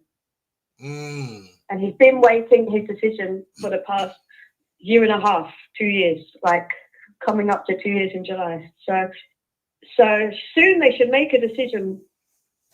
And then if he gets deported, he gets deported. And if not, then let's see. But they're changing a lot of the rules regarding asylum now. So even if he gets it, you only get it for like 30 months. And then you have to, it's a lot more harder now than what he thinks. Right. But yeah, at the moment, he hasn't got his status. He's processed his application. No, his application is pending, waiting for a decision. Listen, I want you to keep this number. This is the number. This has been our number for years. We don't change number. Okay. And I'm putting it out there so everybody understands that. Listen, this is your reality that you're speaking. I wasn't there, so you can only tell your story from your experience. I left the platform open and gave you the right and the floor to say what you've been through. And I'll do the same for Sikka. If he's willing to come in, if he wants to refute whatever it is you've said, if he has a different spin on the story, the platform is open for him as well. Sikka's not allowed to talk about me. There's a license order that he's not allowed to talk about me. Yeah, it's in his license conditions and his, he's not allowed to talk about me. Wow. He could go back to prison if he talks about me. That's why he hasn't come out and started lying about me. But don't worry, the day he gets deported, he's going to come out plenty of lies. But whilst he's in this country, he can go to prison for talking about me. Wow. Wow. Wow. That's heavy. That's heavy. Are you still? You know, karma. Always comes. But he has a son with you now. You guys have a son together. So I don't even know. That's a whole another issue I'm sure you gotta have to deal with. Because how do you explain to your son, like, who your daddy is and what our relationship was. There's nothing to explain. My son will know the truth, the whole truth, and nothing but the truth. There's nothing to explain. At the end of the day, I'm protecting my son for his own safety. Respect that. You know, just because somebody is your blood father doesn't mean that that's a good thing for them to be in your life. And there's a lot more to it as well. I can go into a lot more things, but we don't have time for that. There's paedophilia things, there's abuse things, all kinds of things. So at the end of the day, like I said, it's my duty to protect my son, and that's what I'm doing. Respect that. Respect that. Listen, this anytime you feel the need to call, the number is available. You can reach out. Thank you. All right? Yeah. All right. All right, cool. All right. All right, take care. All right, you too. Then. Be safe. Yeah. Yeah, you too.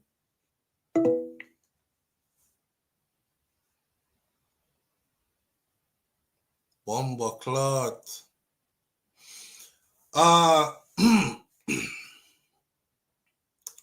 You know, live on the air with SouFLo. Good morning. Hey, good morning. Morning, family. How you doing? I'm all right. You cut out that clip there. That voice there, no, Jerome. I forgot. You know, sir. Go ahead. I'm listening. I'm super. Okay, so I'm super invested in this, right? That's the reason why I picked this up, and the reason why I'm super invested in it is because, okay, if you know what I'm going right now, right? You see this whole war thing with Massacre and all the things that are being said in these songs, and Vybz Kartel is being accused of enough youth him left in the road and enough people who support him turning back on them, and he's a demonic kind of person, an evil person, and him treat people bad, but him pretend say him a good person or whatever. That's the narrative that's being painted. So perfect timing for Sikka Rymes to come out with I Know, and them use you and dash you where I know, and then Massacre join up theme song with this, and I say something. If you listen to System, which Jerome have already completed a 37-minute review of System, along with the thumbnail made and everything already. As soon as this live end, it is being posted to the channel. So stay tuned, because Lord, some things were said in there. But the narrative that's being painted, I'm like, this them say story have many sides, right? It has her side, her theme side. Me want to hear theme side. And for somebody who I speak to behind the scenes, and I'm trying to get to what, okay, so tell me what happened, why them cut you off, whatever, and all I'm getting is something like, you will soon find out, or you will hear later, and then boom, it pop up in a whole interview with like the star. Like, you could have talked to me behind the scenes. I didn't run out here and tell everybody, say, yeah, man, I talk to Sikka Rymes regular behind the scenes all the time.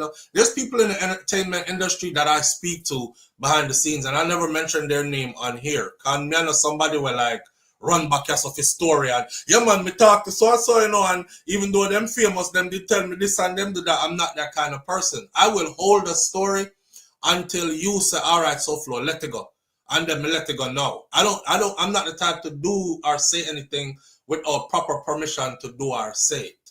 You know what I'm saying? Because my world is small. As the platform has grown, my world has gotten small, so much so that me jump me at the airport and people surround me who me just don't talk about, like on more than one occasion. So I have to be like very measured in how I deliver stuff. I'm super invested in this though, because you don't know how that go already, Jerome. Yeah, man, and we see them, I mean, everybody run out, yeah, man, Massacre, they get fight, and me say, yo, how does Kartel go like on big drinks champ interview, the biggest platforms, and they tell people, say, yo, Massacre is a youth where to look out, and I must interview him, and all these things. I may say, yo, this man I try to promote Massacre, and then Massacre say I get fight. I mean, how do you fight a man when you bring to Atlanta, you show, and they get you bring him at Sunset and even Freedom Street. Yeah. You did all them things can't pass through. So right. When the media ready to go after you, you know, you go cook, you know, you have to stand up strong.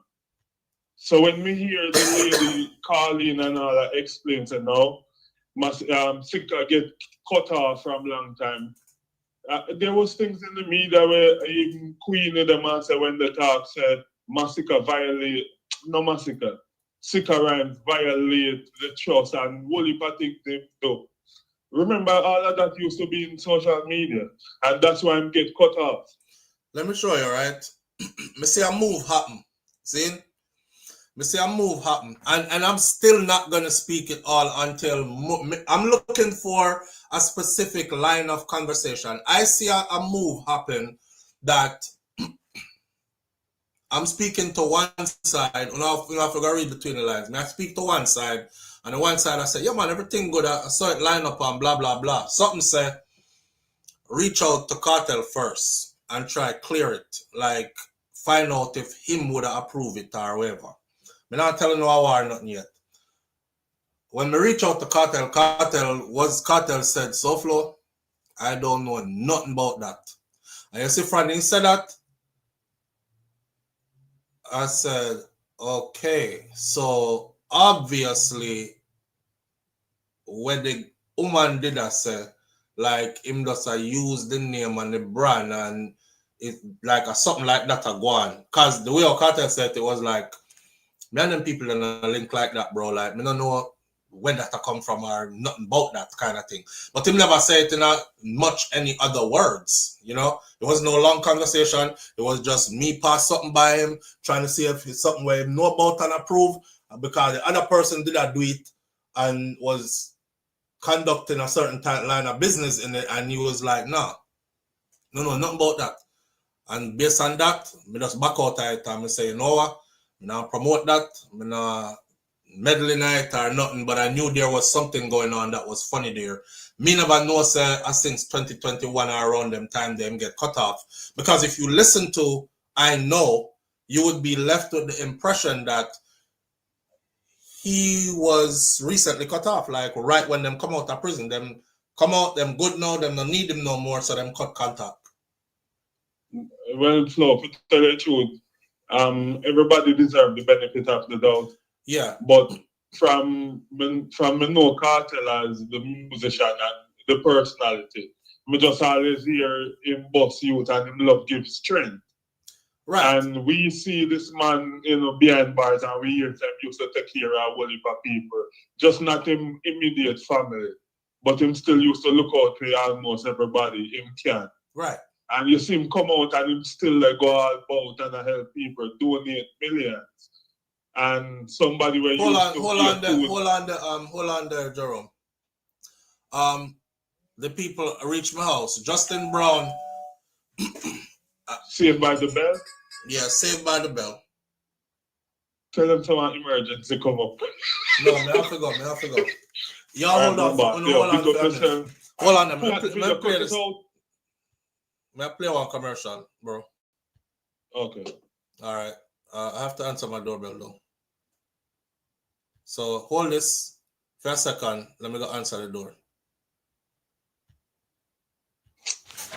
All right, my Jamaican people, let's take a break from our scheduled program here and get into this promo of a wonderful product from a company called Soninka Limited. Soninka Limited Solar Lighting. They have interior lighting available. Extra bright street lights like you're seeing in this video clip available. You can use these lights to light up your streets and avenues, lanes and corners, your backyard, your farm, your front yard, any which part need lighting. And this is all powered by God's Son. Solar, no man, solar. You don't have a JPS bill to pay. And they are available island-wide. So check it. Intelligent lighting control, dimmable remote controlled, rechargeable on cloudy days. Listen, hook up, link up with Soninka right now. Oh, and tell them SouFLoTV sent you and get a nice discount. And get yourself out of the darkness and into the light. Back to our regular scheduled program at hand. Peace. All right. Let me end this video like this. We're going to pick up more right where we left off. But let me end this video like this, right? To the person who just said on the screen that SouFLo is going to now start believing this woman in everything she says. Please don't take me as no kunumuno. You must be either new here or you don't know how me do my thing. I blatantly said just now that I left the platform open for her to tell her side of the story. And if you are offended by her telling her side of the story, then you might be the biased one. My platform is also open for Sikka to tell his side of the story and for anybody else who is involved in the story to tell their side of the story. We keep things balanced over here 100%. It's the weekend. It's Friday. All right? Like my granny Miss Ruby said, be good. If you can't be good, be careful, but it's best to be good. And like my grandfather Mas Clevey said, I will see you tomorrow if God spare life. The people them there at my door, I have to go conduct business. We will catch up right where we left off. I'm thinking I will be going live later tonight or sometime tomorrow. Stay tuned. With that said, walk good, be good, go with God. I'm out.